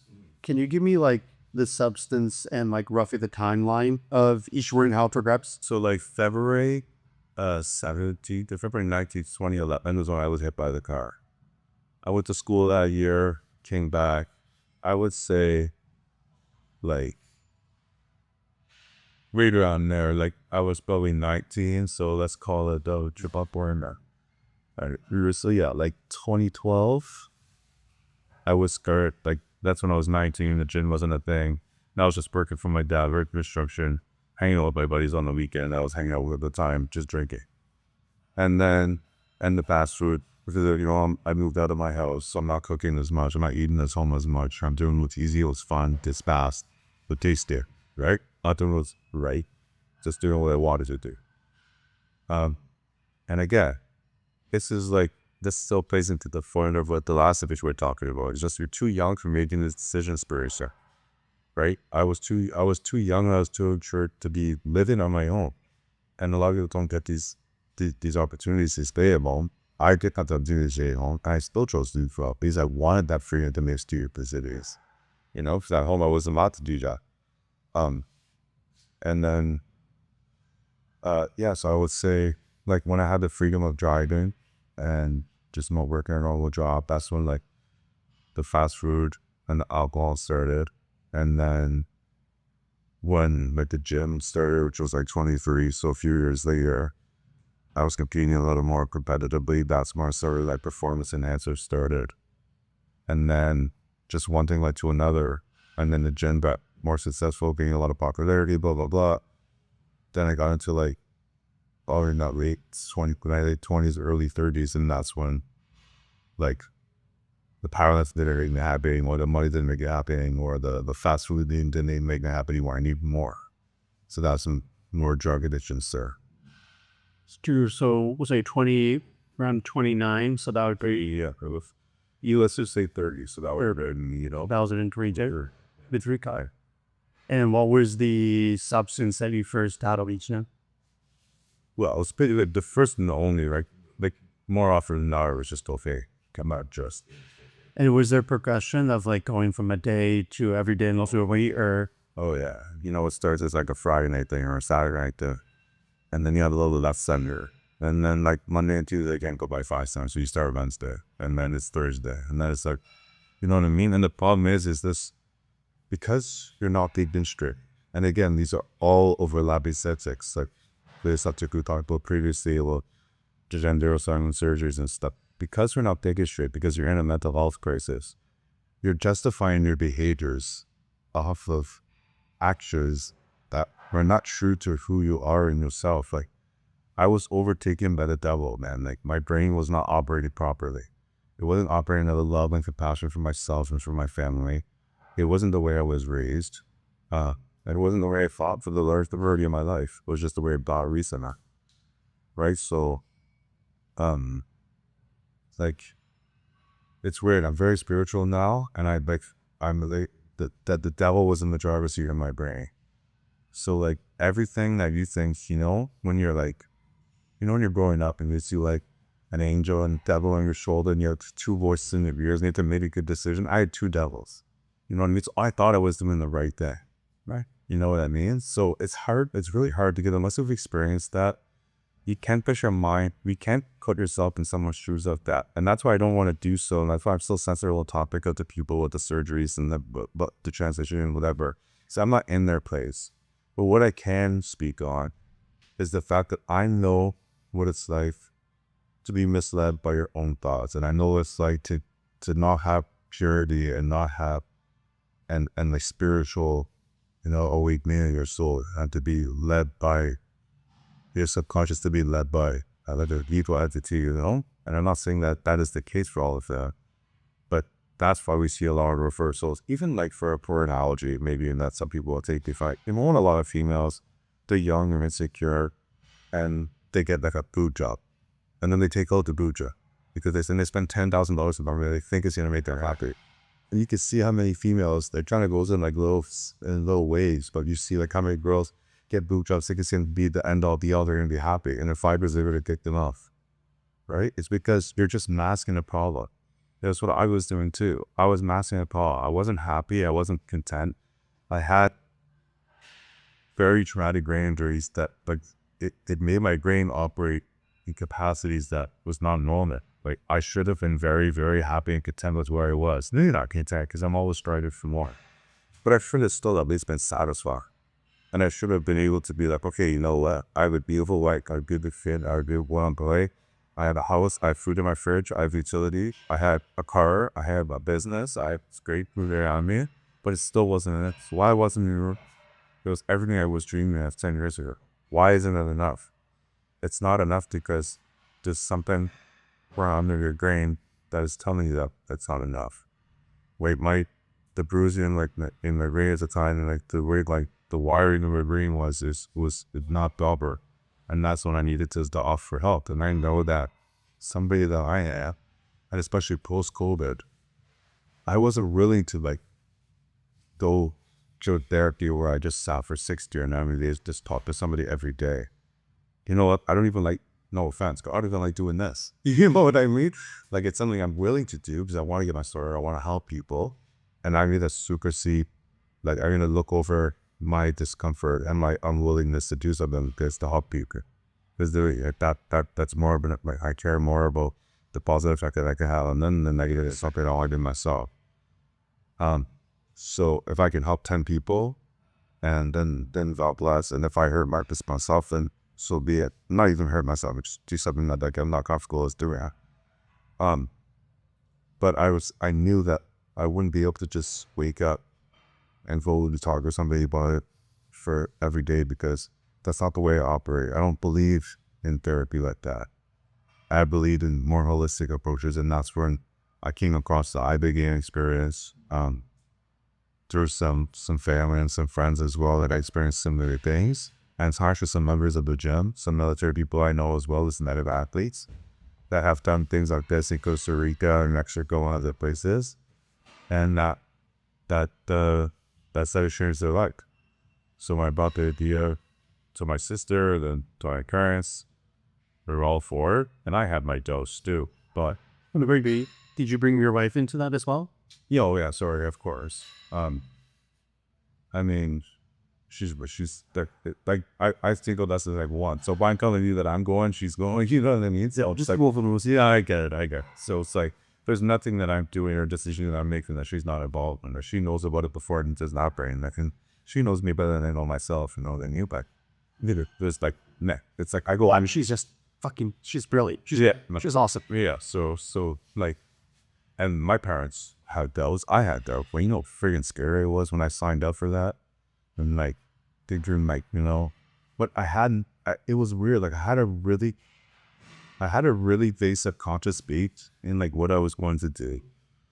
But there was still a part of me that doubted it. And I think the doubt was like that devil holding on to like, yo, this is going to be what changes it. What I mean? So that doubt wasn't really from me. It was from like an external source that wanted to be like, no, keep the fucking poison. You know what I mean? Keep running yourself into the ground. Keep doing this. This is what you truly want. This is what truly makes you happy. Because I knew ultimately that it was going to work.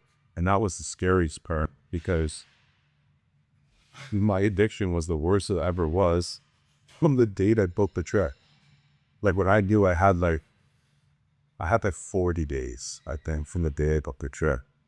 And I was like, okay, I'm doing every fucking ounce of cocaine I could possibly do over this next 40 days because I'm never going to do it again. And I believe that. And that's the scariest thing is I was like willing to die before the trip because I knew the trip was going to fist you forever.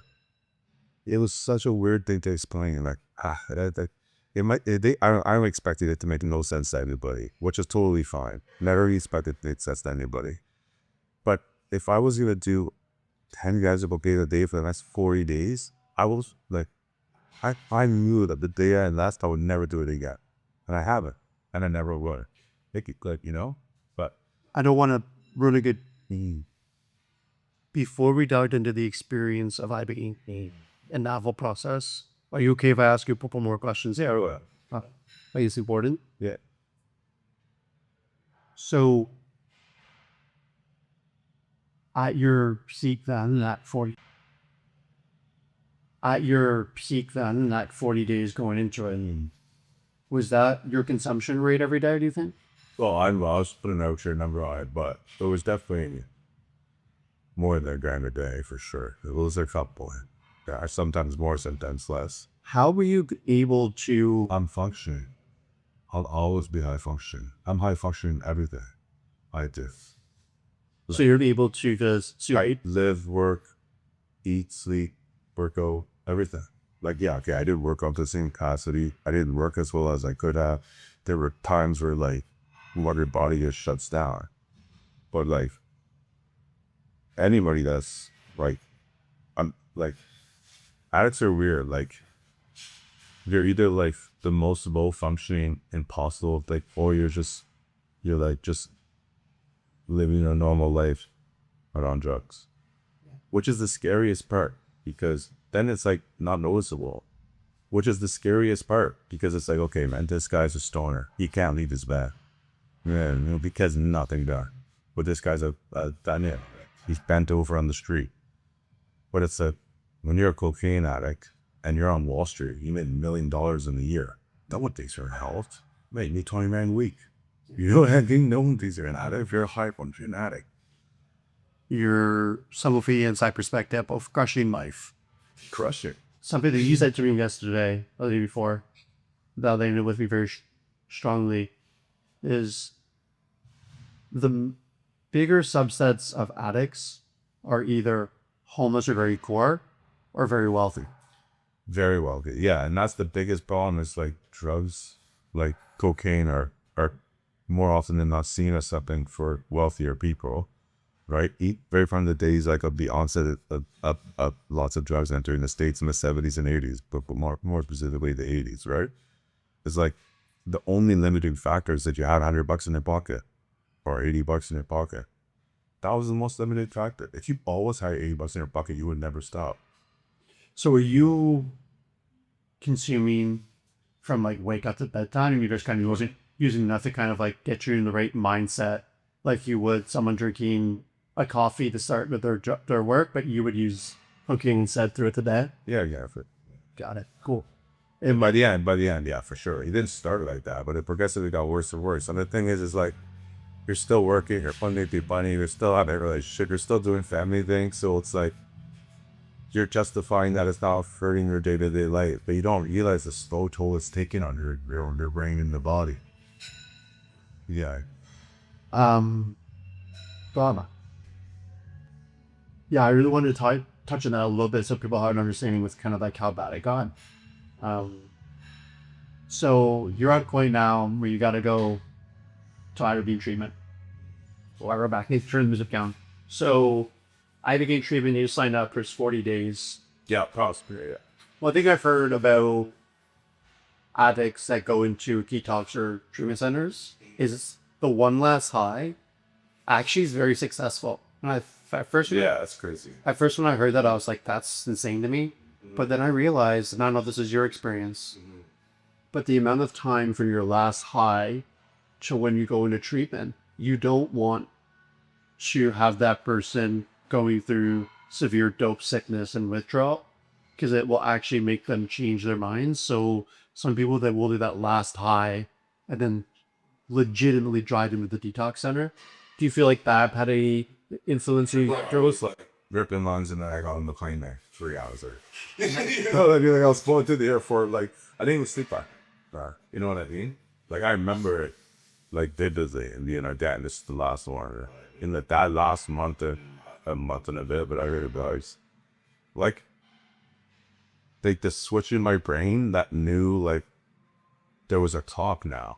Because like being an addict, you think like, it's like you're in a toxic relationship and you know the relationship's over, but you keep calling it exit. It's like you got to, you know it's over, man. You've broken up 10 times. You hate each other. You said things. You've done things. There's no way that this path is going to be forgiven.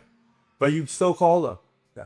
And then you still have sex with them. And then you still sleep over. And then you fight again. And then you fight worse. And then you cry again. And then you wake up again. And then you do it again. And then it's like, that's exactly what it is. It's this toxic, but like, oh, this substance that like you don't want to give up, but you know you have to get it up.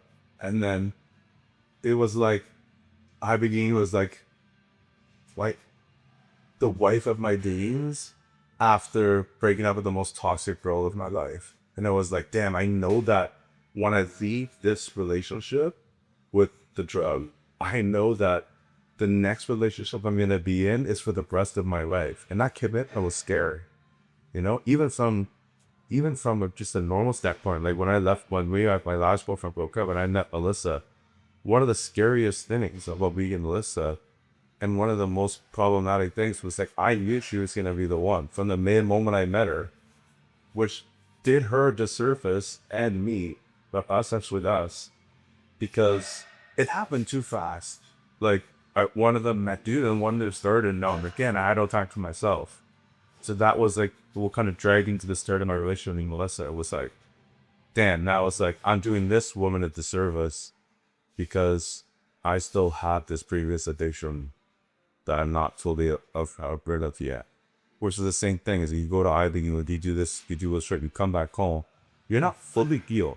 Like 80% or 90% of you is. There's still that very, very strongly bind you to your receptors of like, man, you dream about it. You know what I mean? And like I told you, like you dream about like your girlfriend cheating on you, or she dreams about a crew cheating on her, and you wake up pissed. I would dream about doing the cocaine like that. And like you wake up when you're like, and you think it was real more than you know, physically. And the dreams after like an experience like that are very elusive. Like they're very crazy, man. Like it's like spirits trying to get into your body and tell you to do it again. You know, like they're pulling you back as hard as possible, showing you it's still fun. There's like an egotistical reality and ultra reality of vibes and stuff and energies that are fighting in your brain to tell you to come back. You know, but your body's like, your brain is healed and it's recovering. So the only time they're going to attack you is when you're defenseless and when you're sleeping. Because I know that when I wake up and I brush my teeth, I look myself in the mirror and I pray in the morning and I'm at the gym, I'm good. But when I'm sleeping, I'm like, my bear's down, you know? Like, not to, like, it would try to wake you up and they try to violate you. And it totally is crazy. So do you think it went from two devils to devil angel, devil god? Yeah, it definitely, I mean, no, I feel like it's God now, and like, it's like there's two gods on my shoulder, and like, there's just like a voice behind that's like trying to flick them off or something. Like, it's just that it's not on me anymore. You know what I mean? I'll tell you, man, have me a fucking chokehold. So let's walk through. It's important to really touch on this because I want to get to the experiences and everything in depth after. Before we wrap up, your IBD treatment. You're on the plane. You're doing cocaine for the plane for the last time. You're flying there. Walk me through from landing through your treatment and what that was like and the experiences after. So like, for some reason I don't remember, but I left June 7th, but my treatment didn't start June 11th. And we booked it 4 days earlier because my family knew I was fired. So they were like, okay, we're going to fly you to Cancun and you're going to stay fucking Airbnb at Cancun just to detox for 4 days before you go to like, the treatment set. What was the detox like? What was the place like? No, what was detox like? Well, fucking brutal. It's important because I don't want people to ever do cocaine or other substances. Yeah, but So like- I think if you explain the detox, Yeah, like with the cocaine is different now. Like, and like, it depends where you're buying it too. Like, cause there'd be times where like, it's 6 a.m. and like the people that you get it from that you know what's better are not awake, and then you're getting like shit laced with like meth and other things, and you could tell just by your symptoms. Man, I did a full blood panel. I did a full drug test. I did 5 in the 10 days. There was tons of stuff in my system that wasn't cocaine. Right, so your thing for detox, you're like, oh yeah, I'm detoxing off cocaine, and then you go there, you're like, oh no, there's like a handful of substances in your body, and you're just like, damn, sorry, I wasn't doing what I thought I was doing. Then there were symptoms that you had, the highs were water, and I was sneezing and like crazy. Yeah, that's not, and I'm like, okay, great, you know what I mean, and so yeah, like it was tough. Like I was in a beautiful place with my family. Like my daughter was there, my wife was there, my parents were there. Well, you were detoxing. Yeah, in Cancun the first 4 days before I went to the actual place. And what were the symptoms of the detoxing? Bro, sleep. You just like, you could sleep for like 12 hours because your body just can't wake up because you're just like, it needs to be hard to wake up. And like, I used to get out of bed because I knew I would have drugs. You know what I mean? And then that's what starts your day because Was there any like vomiting, diarrhea, sweats, pain, yeah, I mean a little bit. tremors? Not too many tremors, but like, and I'm not one to throw up, but definitely like weird bowel movements, definitely like just feelings of like weakness, but it was more just mental battles. Like you just never wanted to get up because what used to motivate you was like the drugs. That like nothing before you be motivated by success and other like milestones in your life, and now you're just motivated by drugs. I heard the Prison or say you just never motivated. I heard the hardest part is mentally knowing on any given moment this pain or symptoms can end in minutes, right? Because if you're going through all that detox on those symptoms, you know that if you snorted a half or a 40 bag, your symptoms would just go away because you're getting the drug back in your system. Yeah. So did you have that mental process as well, knowing that I could just all end if I wanted it to? Yeah, I mean that's the whole addiction, right? It's like you're just constantly giving into that. But I knew when I was there, like I had to stop giving into it, right? It's not for me anymore. Like it's for your family, but it's really, I never really used to sympathize with people like that before I had the experience that I had because like you put the drug above all else in the world, and it wasn't even very like, it's not like I was addicted to like even more serious drugs.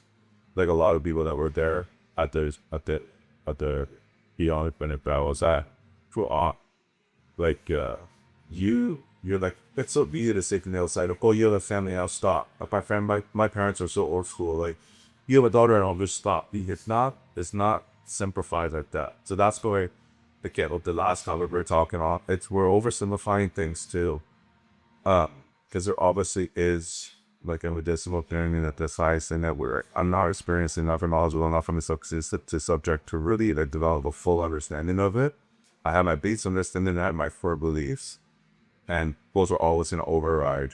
Like protection is always gonna override whatever science says for me. I really want to take shit, but it's gonna put my daughter's life in jeopardy. I don't care what your science says, right? It's it. Of course, yeah. So same thing with that. And this, like, it's just so irrational. It's like, when you're drunk and you have like your force, you drive your car faster, do you fight somebody sooner, or you swim first, or you do something stupid. Like the fearlessness of drugs, like that every single line you snort, that's something. The next one can kill you. You don't care.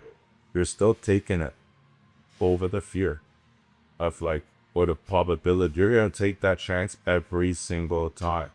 Even if you do 100 on a day, you're still gonna do 120, 130, 150. You're gonna take that chance every single time. And then when I came across Abigail and I heard about, and I saw it on Joe Rogan's podcast, And you know, like any other purchase you make, you look at reviews, you hear people's stories, and you're like, this shit can't work like that. Changed my life, like that. So when you went down there, you detox, and before you started treatment, did you have to have all the drugs out of your system? Yo, yeah. So like you go there and they drug test you like religiously. It was basically every day for me for like the first few days, and then they won't give you the drug Ibogaine until your blood levels are shown at a certain level of non-drug use. Oh yeah. Yeah.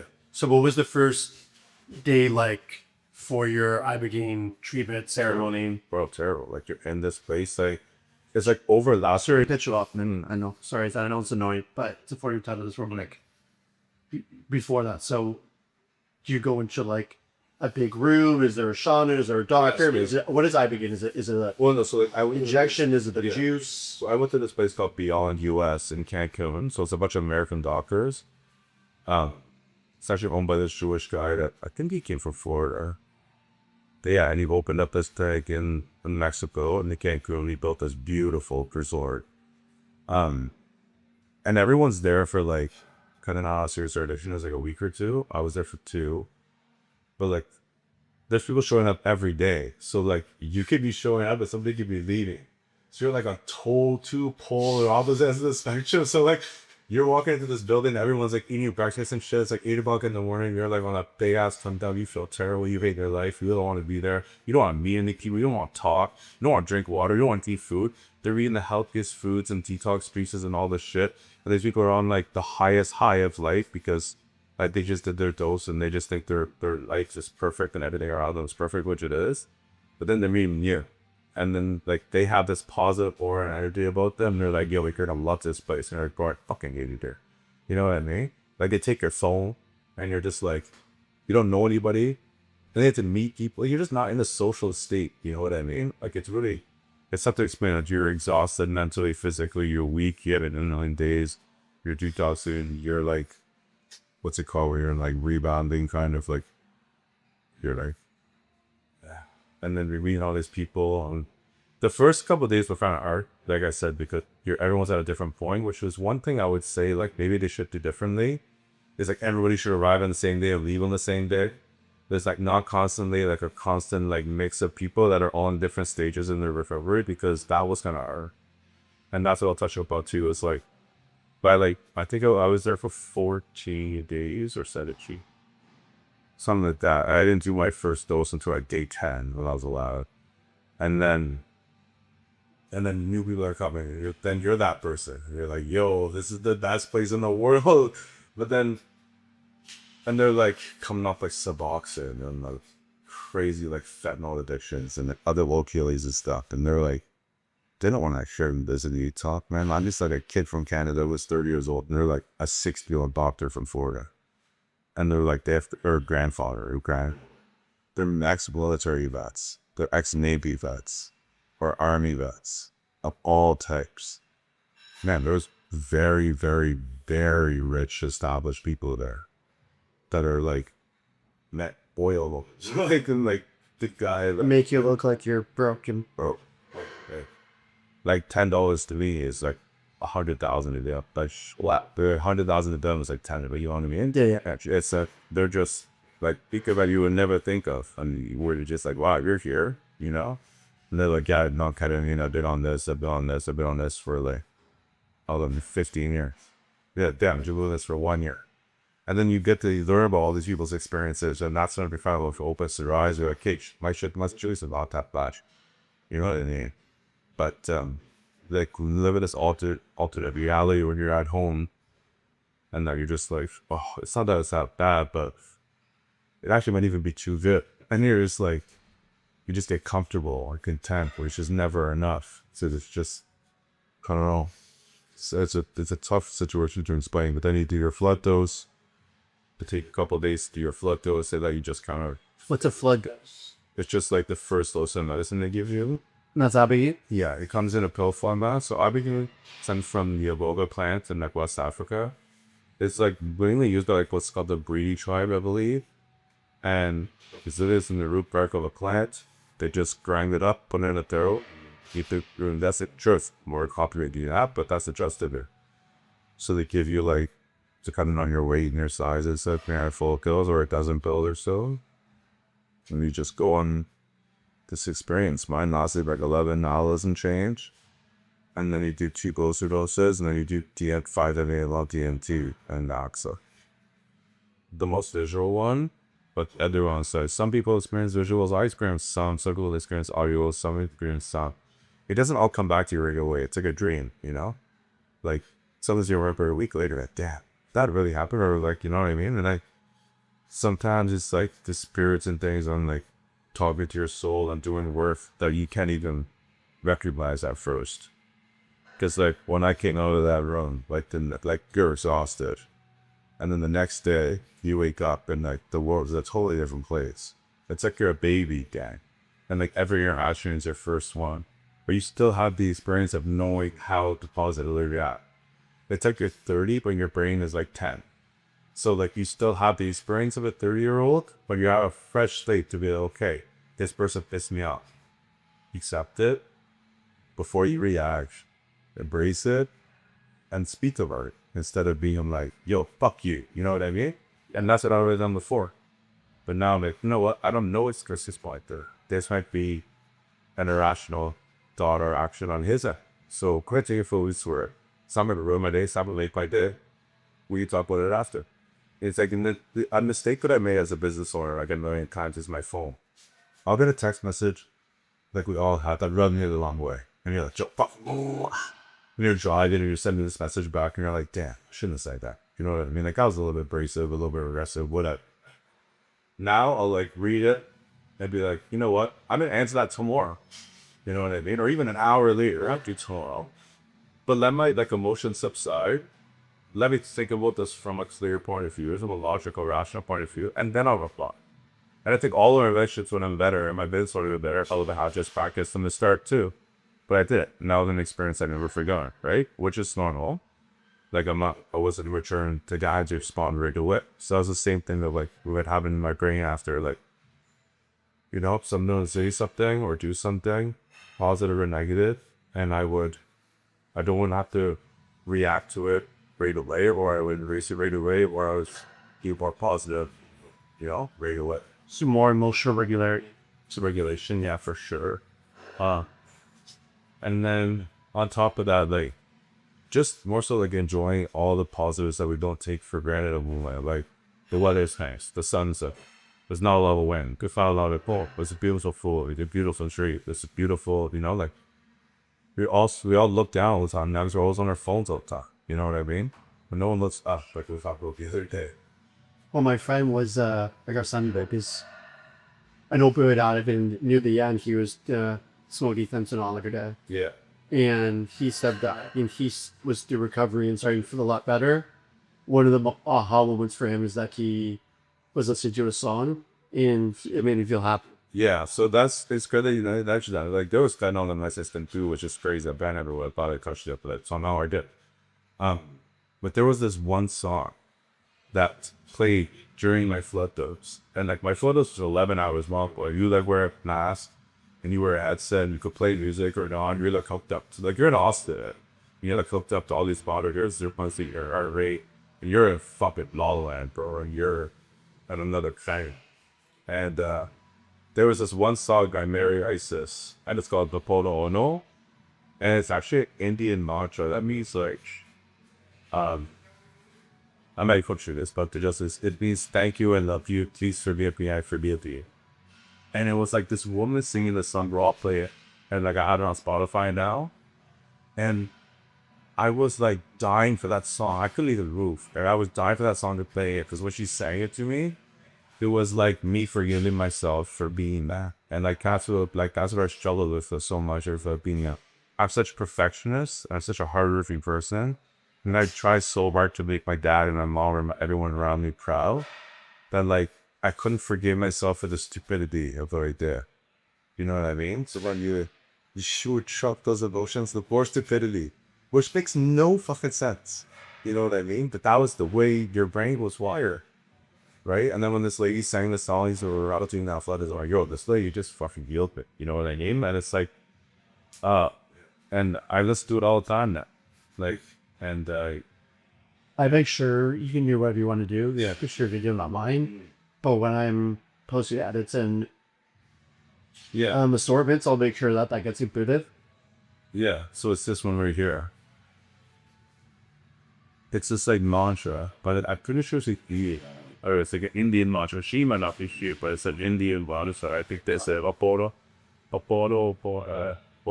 man. And I was like, I heard it like 2 or 3 times. There was a playlist that was playing for like hours on loop. And when it came on, I was like, damn, you know what? It's okay to just like accept what you did wrong and just forgive yourself. You know, people are gonna forgive you too. But you can't just keep doing damage to people in their self-respect. Not literally, your body took a beating forever. Sooner or later, bitch out with. Are you complete with yourself now? With in terms of what you did, and have you forgiven yourself and you're at peace? Yeah, I would say I'm definitely at peace. Any anxieties? Shit. Yeah, I mean, I think it's good to have some of it. I think it's good to not like it shouldn't be overwhelming, and it shouldn't like go over your other emotions, and it shouldn't overrule like your pride and forgiveness. But I think a little bit of anxiety and my sadness is good because it reminds you still of like what it is a habit. You know what I mean? Like all those experiences taught you a lesson, and they made me who I was to do who I am today and who I'm going to be. So if you always like, if all of your traumatic experiences with all of your ex-girlfriends were great, would you appreciate your current girlfriend as much as you should? Probably not. You know what I mean? I don't think it was possible. Yeah, exactly. So that's what I mean. So it's like now I appreciate life so much more because I knew what that was like. And I was like, and I appreciate Melissa so much more because I knew what my other girlfriends were like. And you know, I appreciate food and water and health so much more because I knew what that was like. And like that was brutal. It's sad that I had to learn that way. And not everybody has to, which is fine. But if that's what it takes, and that's what it takes, right? Like, and people might experience it at candy, people might experience that 50. I hope people never have to experience it. But people have to experience different things. If people have to learn different lessons, easier or harder, you know, in all different areas of life. I'm fortunate enough that like, you know, I've accomplished a lot by the time I was 30, you know. I was basically married, couple kids, couple investment properties, successful business, blah, blah, blah, which led to this. So like these problems didn't fun that I had enough to these problems when I had everything, right? And What's your relationship with money like now? so much better. Before it was like a constant fucking chase of like 10,000 a month, 20,000 a month, 30,000 a month. It was like I couldn't be happy. It was The simplest amount of money you ever made in a month. oh, that's not I'm not comfortable sharing that, but I'm not like a lot. God, so you have A lot. That's like that like I know I'll probably never make that much money again, which is like totally fine with me because like I'm good now. It's like I'm the thing money. It's a pursuit of nothingness. Like and it makes you not appreciate life. Like I my financial freedom now it used to be before where it was like I got so much money to bank that I could do whatever I want whenever I want. But now my financial freedom comes from like I have enough money to make sure all my bases are covered. I still want a vacation. All my Norwegians are being paid. No, I have no car debt. I have no like whatever. So then it's like, I want to go home at lunchtime, spend time with my daughter, I can go home.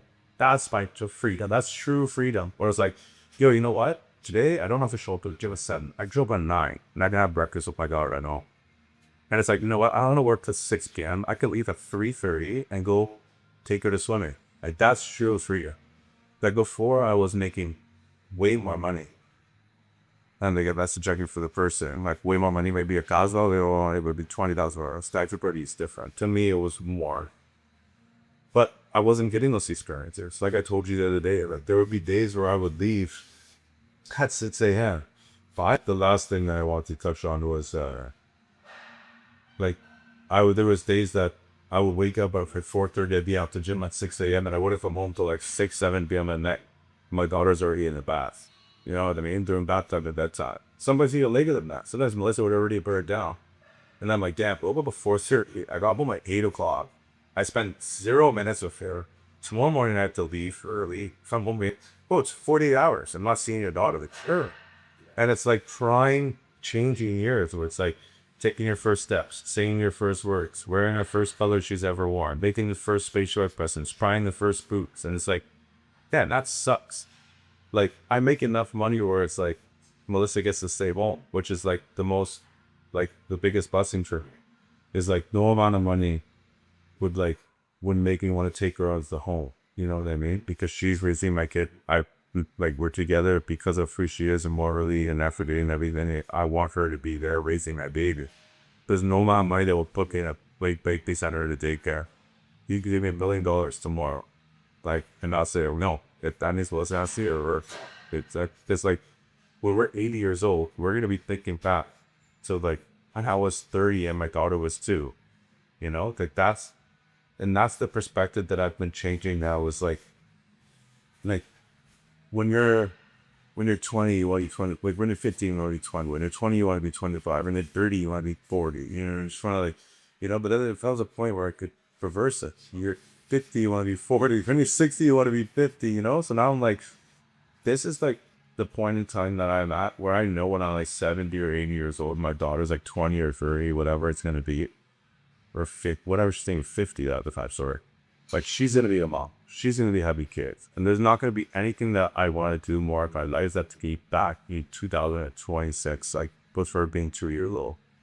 You know what I mean? So, I can have 200 round numbers and make another $20,000 a week not at the gym. If I did this, and this. But if it felt like the expense of me missing, you know, swimming lessons or gymnastics lessons, fuck it. It's like I still have everything I need. And you know what? And I think that the value of the dollar going down actually makes this more understandable. It's just like you work so much harder, but you get so much less anyways. Who gives a fuck? I'm still living in the same house. I'm still driving the same car. I'm still eating the same food. I'm still going on the same vacations. But all you're losing is experience for more. You know what I mean? Like, who's to say, like, I will buy at 40? You know what I mean? And then what? I work at the level 40. And my daughter must have 0 to 10, and I didn't get to that's any counter to us.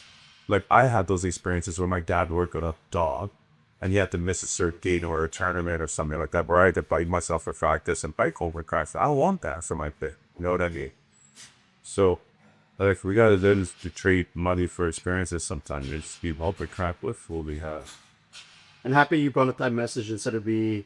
I was gonna drive it there anyways. As we're concluding the last few minutes here, is that it's one of those things that never made sense to me where I had a friend who was making, who God no, he's probably making good money. Like, he was making like 30 grand a month kind of deal. Yeah. Top 1 percentile, right? You know, so it's a lot of money. My head, and I'm not rich, that's a lot of fucking money. Yeah. Yeah. And that's a very that's good. That's a good. That's a really. That's more than you and ever eat. Yeah. That's like the amount. Like, if you make $1,000 a day, you're chill. Yeah. So it was this thing where he would just grind because he wanted to make 40 grand a month and 50 grand a month. Your life doesn't change for it. And I always thought to myself when I observed it from afar, and like, I don't have that kind of income, so it's easy to be an armchair kind of guy. Yeah. But I've had enough conversation with people like yourself and others, and I don't, for everyone that knows, I actually don't know what Nick makes or what he makes on the top end. Man, I made 5 grand a month. I paid 50 grand.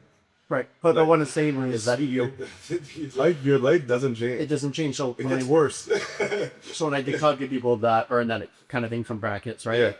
It's that thing where it doesn't change, like you said, when you start to be able to afford a head of stick end of the kids, like, and they're making an extra $5,000 a month. Like, it's that Bill Gates thing, right? Where if Bill Gates is walking on the street, doesn't matter. Pick someone else. Al Shimozi, doesn't matter. We're walking down the street. There's a $100 bill. It costs someone whatever. So at that point, it's like you're to me, and what I hear in that is you're chasing this like thing that you're going to deeply regret on your deathbed and have immense resentment calories. Yeah. So like, and what I follow a lot of like TikTok entrepreneurs and like businessmen and stuff like that. And one of the questions was, I can't remember which TikToker it was. It's a pretty well-known entrepreneur, but he was asked, like, at what amount of money like for net, like some value, does like your life not really change that much? Like from 100,000 to 200,000, if it still change a bit, or 200 to 500, you still change a bit, like you're your worth.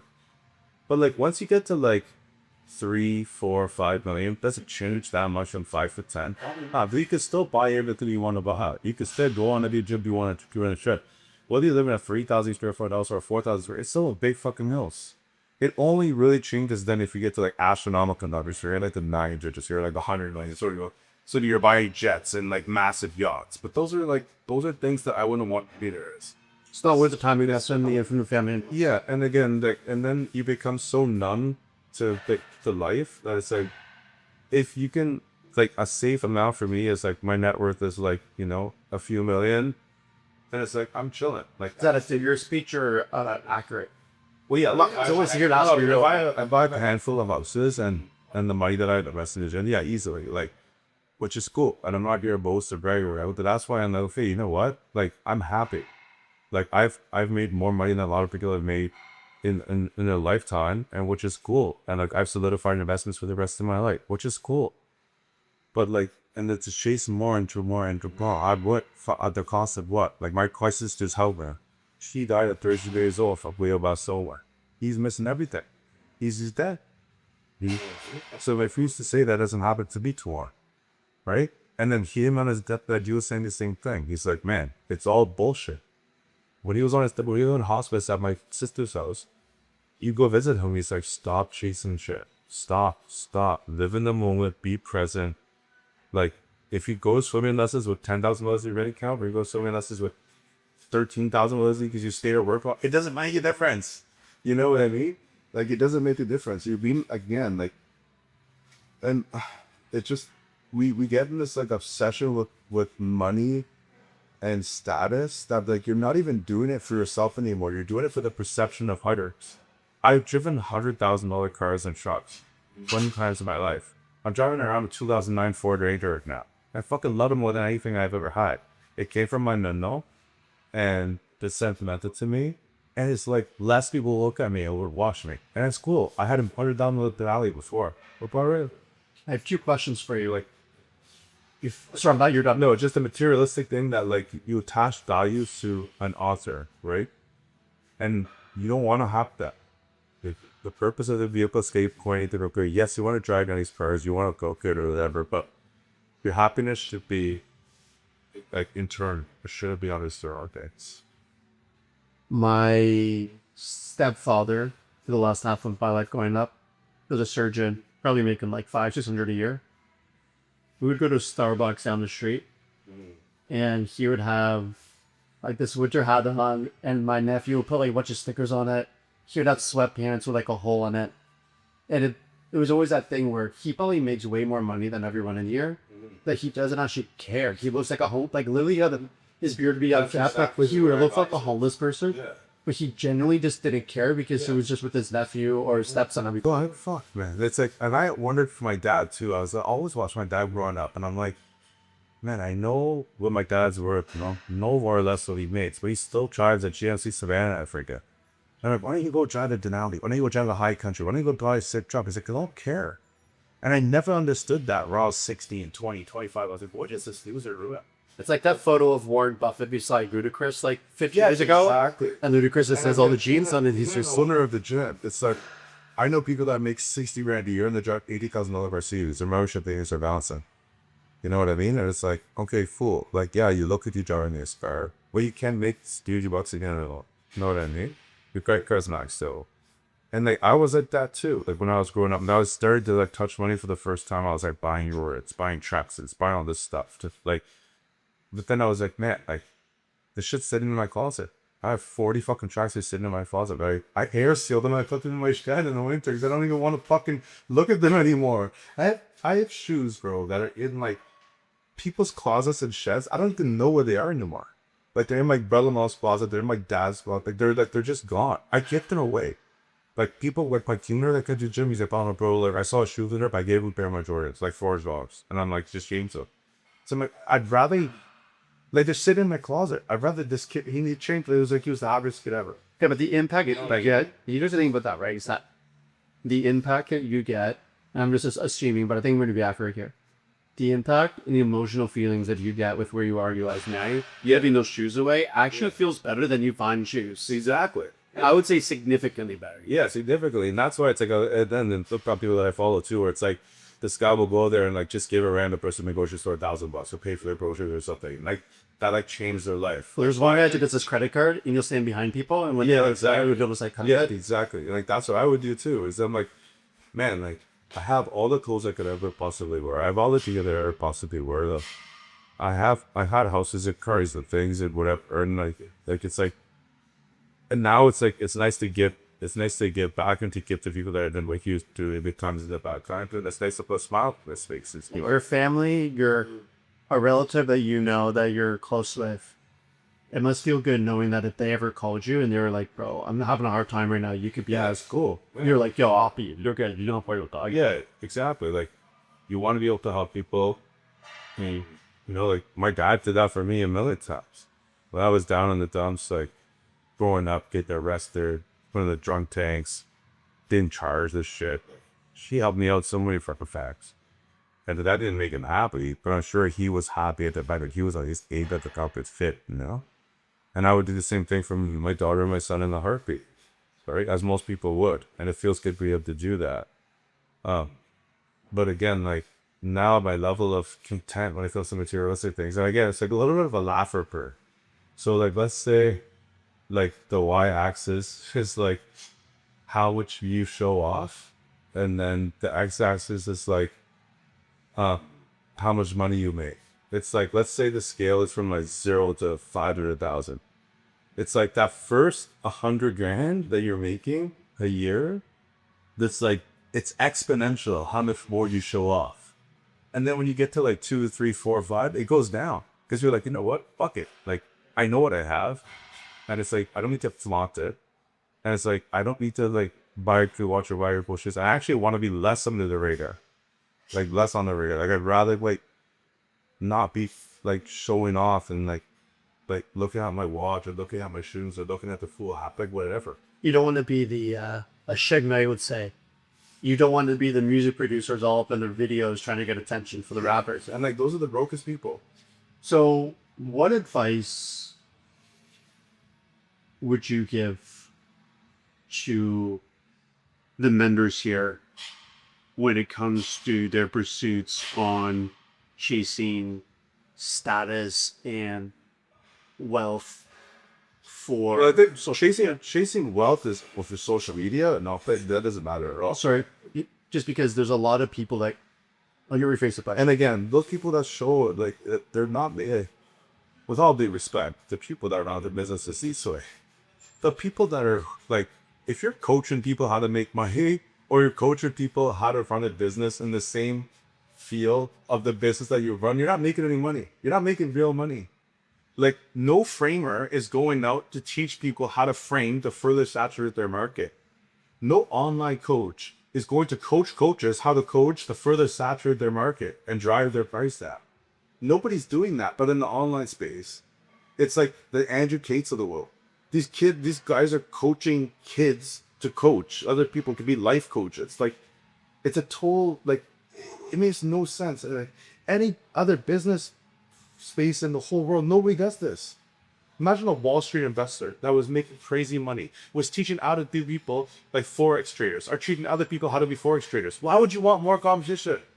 That's going to drive the price down. Everybody knows this is basic supply and demand. It's basic logical reason for business. If you're making true money, real money, you're not bragging about how much money you're making, and you're not telling people how to make money the same way you're making money. The real people that make money are shutting the fuck up. You know, like you tell is like their close homies. They're not even their boy. They're telling their wives. Yeah, maybe. Like, even at that, it's like, Yeah, I think one thing for me that I'll touch on for my final question is that being an observer of this gym and this space for a long time, there are a lot of people who seek status on social media in variety, and a lot of them, again, no offense, like it is what it is, but it's just subjective. It's just happening. Is that they're living their life through a myopic view that people care more than they actually do, And it's actually like it dictates their day-to-day life to the point where they're living for other people, and that's it.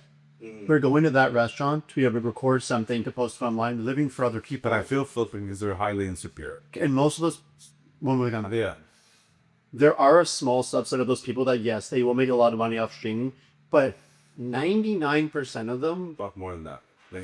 99, even more than that, 99.5% of them are broke or barely getting by, and they think that's the way, when it's like, no, go They're build renting something. their house, they're renting their car, and they're putting that food on the credit card.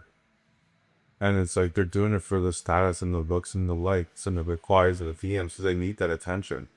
And again, I feel for those people because What's advice you have for them not to change that perspective? stop looking for external validation and get it from internally.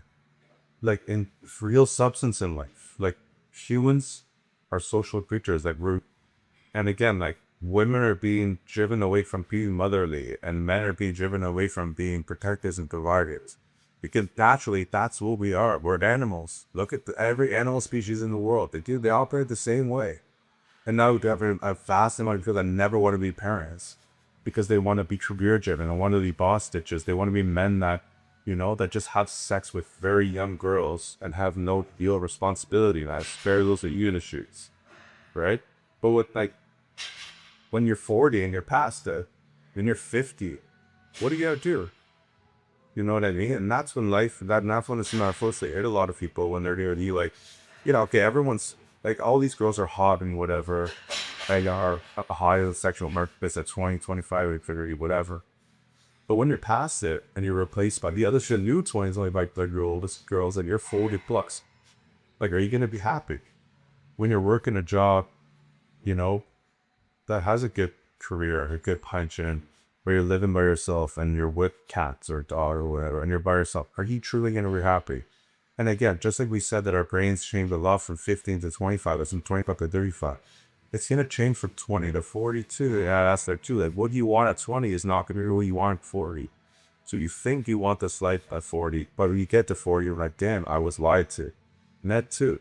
And I want to live this overly promiscuous lifestyle, this overly ambitious lifestyle where they make all this cars, they child, they wear up to watch it, they lost real substance. They're not committing to girls. They're not being loyal. They're not reproducing. They're losing their faith. They're losing their, ability to be a protector and provider. They don't want to work out and better themselves. They want to just drink and be got to the bar, pumping ballers and looking flashy. But they don't suck yourself that. Like, the happiest thing for me is like when I can go spend $20 on a new dress at Target for Dolly or Walmart or whatever it's called. It's like, man, I bring that, like, those plastic fucking Cinderella shoes home, and she's like, that's Cinderella dress. And I'm like, dope. You know what I mean? Like, that's the coolest thing in the whole world. And she has 20 fucking Cinderella dresses like that. And, like, wands and all these books and, like, her whole room is Cinderella stuff and, like, other princesses and stuff. And she's like the happiest thing in the whole world. And, like, that's what brings her true value, and not popping a bottle and, like, banging some girl and, like, leaving around ref and that's, for weeks, If this is the end result for you, lean that, you obviously haven't experienced anything else in your life so far. If you could go back in time to when you were 19, what's the biggest piece of advice that you would give yourself? Tough one. It's the biggest piece of advice. I was 19. Well, I would have listened to my board and listened to my dad a lot better. And I wouldn't have lost so much faith. Because, the older you get, the smarter you realize your parents are. And I think you're like, and I saw my dad do things growing up where I'm like, oh, this guy's an idiot. You know what I mean? Like, and he would make me do things that I was like, and now I do the same shit. Like, my dad used to wash the driveway. He get the pressure washer to clean the garbage pail. You know what I mean? I'm like, Dad, garbage is going there. It's gonna get dirty next week. Who cares? But he'd be like, how you do one thing, so you do everything. And now I see that in the gym. I see that people leave their plates up, leave the parsley, leave this up, make a mess of the chop, blah, blah. You know that they're homeless and disagreeing. Because that's how they act in public. So to have it done in public, imagine how they acting from private. Like, then what, there's nobody looking, nobody watching, right? And these foods that I can, they flaunt the most, right? So I would listen to my parents more, and I would have definitely been more in tune with my faith. Well, thank you for your time. I want to end on something is that when I was thinking about doing this months ago, when I was having conversations with certain people that I trust, one of the things that came up a lot was, are you sure you want to take the risk? And I said, what do you mean? You said, well, with everything that's gone on in the paper and the media around Nick and the 613, and with everything in the media brand that I'm growing, do you want to take that risk and not maybe get certain people that will come on the podcast or maybe affect a lot of opportunities in the future? And it's interesting because they were giving me advice and saying what to do or what not to do. They were just presenting the idea. Yeah. And it's interesting because when I was thinking about it, it made a lot of sense to what they were saying. In the final straw of why I finally drove up here and decided to do this with you today is because I thought about the risk that I'm taking by doing this episode with you compared to what you did for the rest of society. And all looked all the time. In so many things that you've done for people. When I hear people talk about for you now, is like you're a godsend for kicking that gym open in insanity. Yeah. So who am I not to take this smaller risk compared to what you did? Right, and I think that's, and I'm proud of you and thankful for you for being like that, because I think what a lot of people, even a lot of people that are on the same side of the fence as I was, they're so hypocritical because they're like anti this, anti that, as I am. Well, push comes to shove, they still go back, so they're not loyal, and I think that's a big fault of specifically the city of Ottawa. Yeah, and I think that Ottawa's very unworthy. I think I speak for all of the 613 members in that everyone is very grateful and proud of what you were able to do for everyone. So I just want to thank you for this. Well, Braun, people as well. So, clap.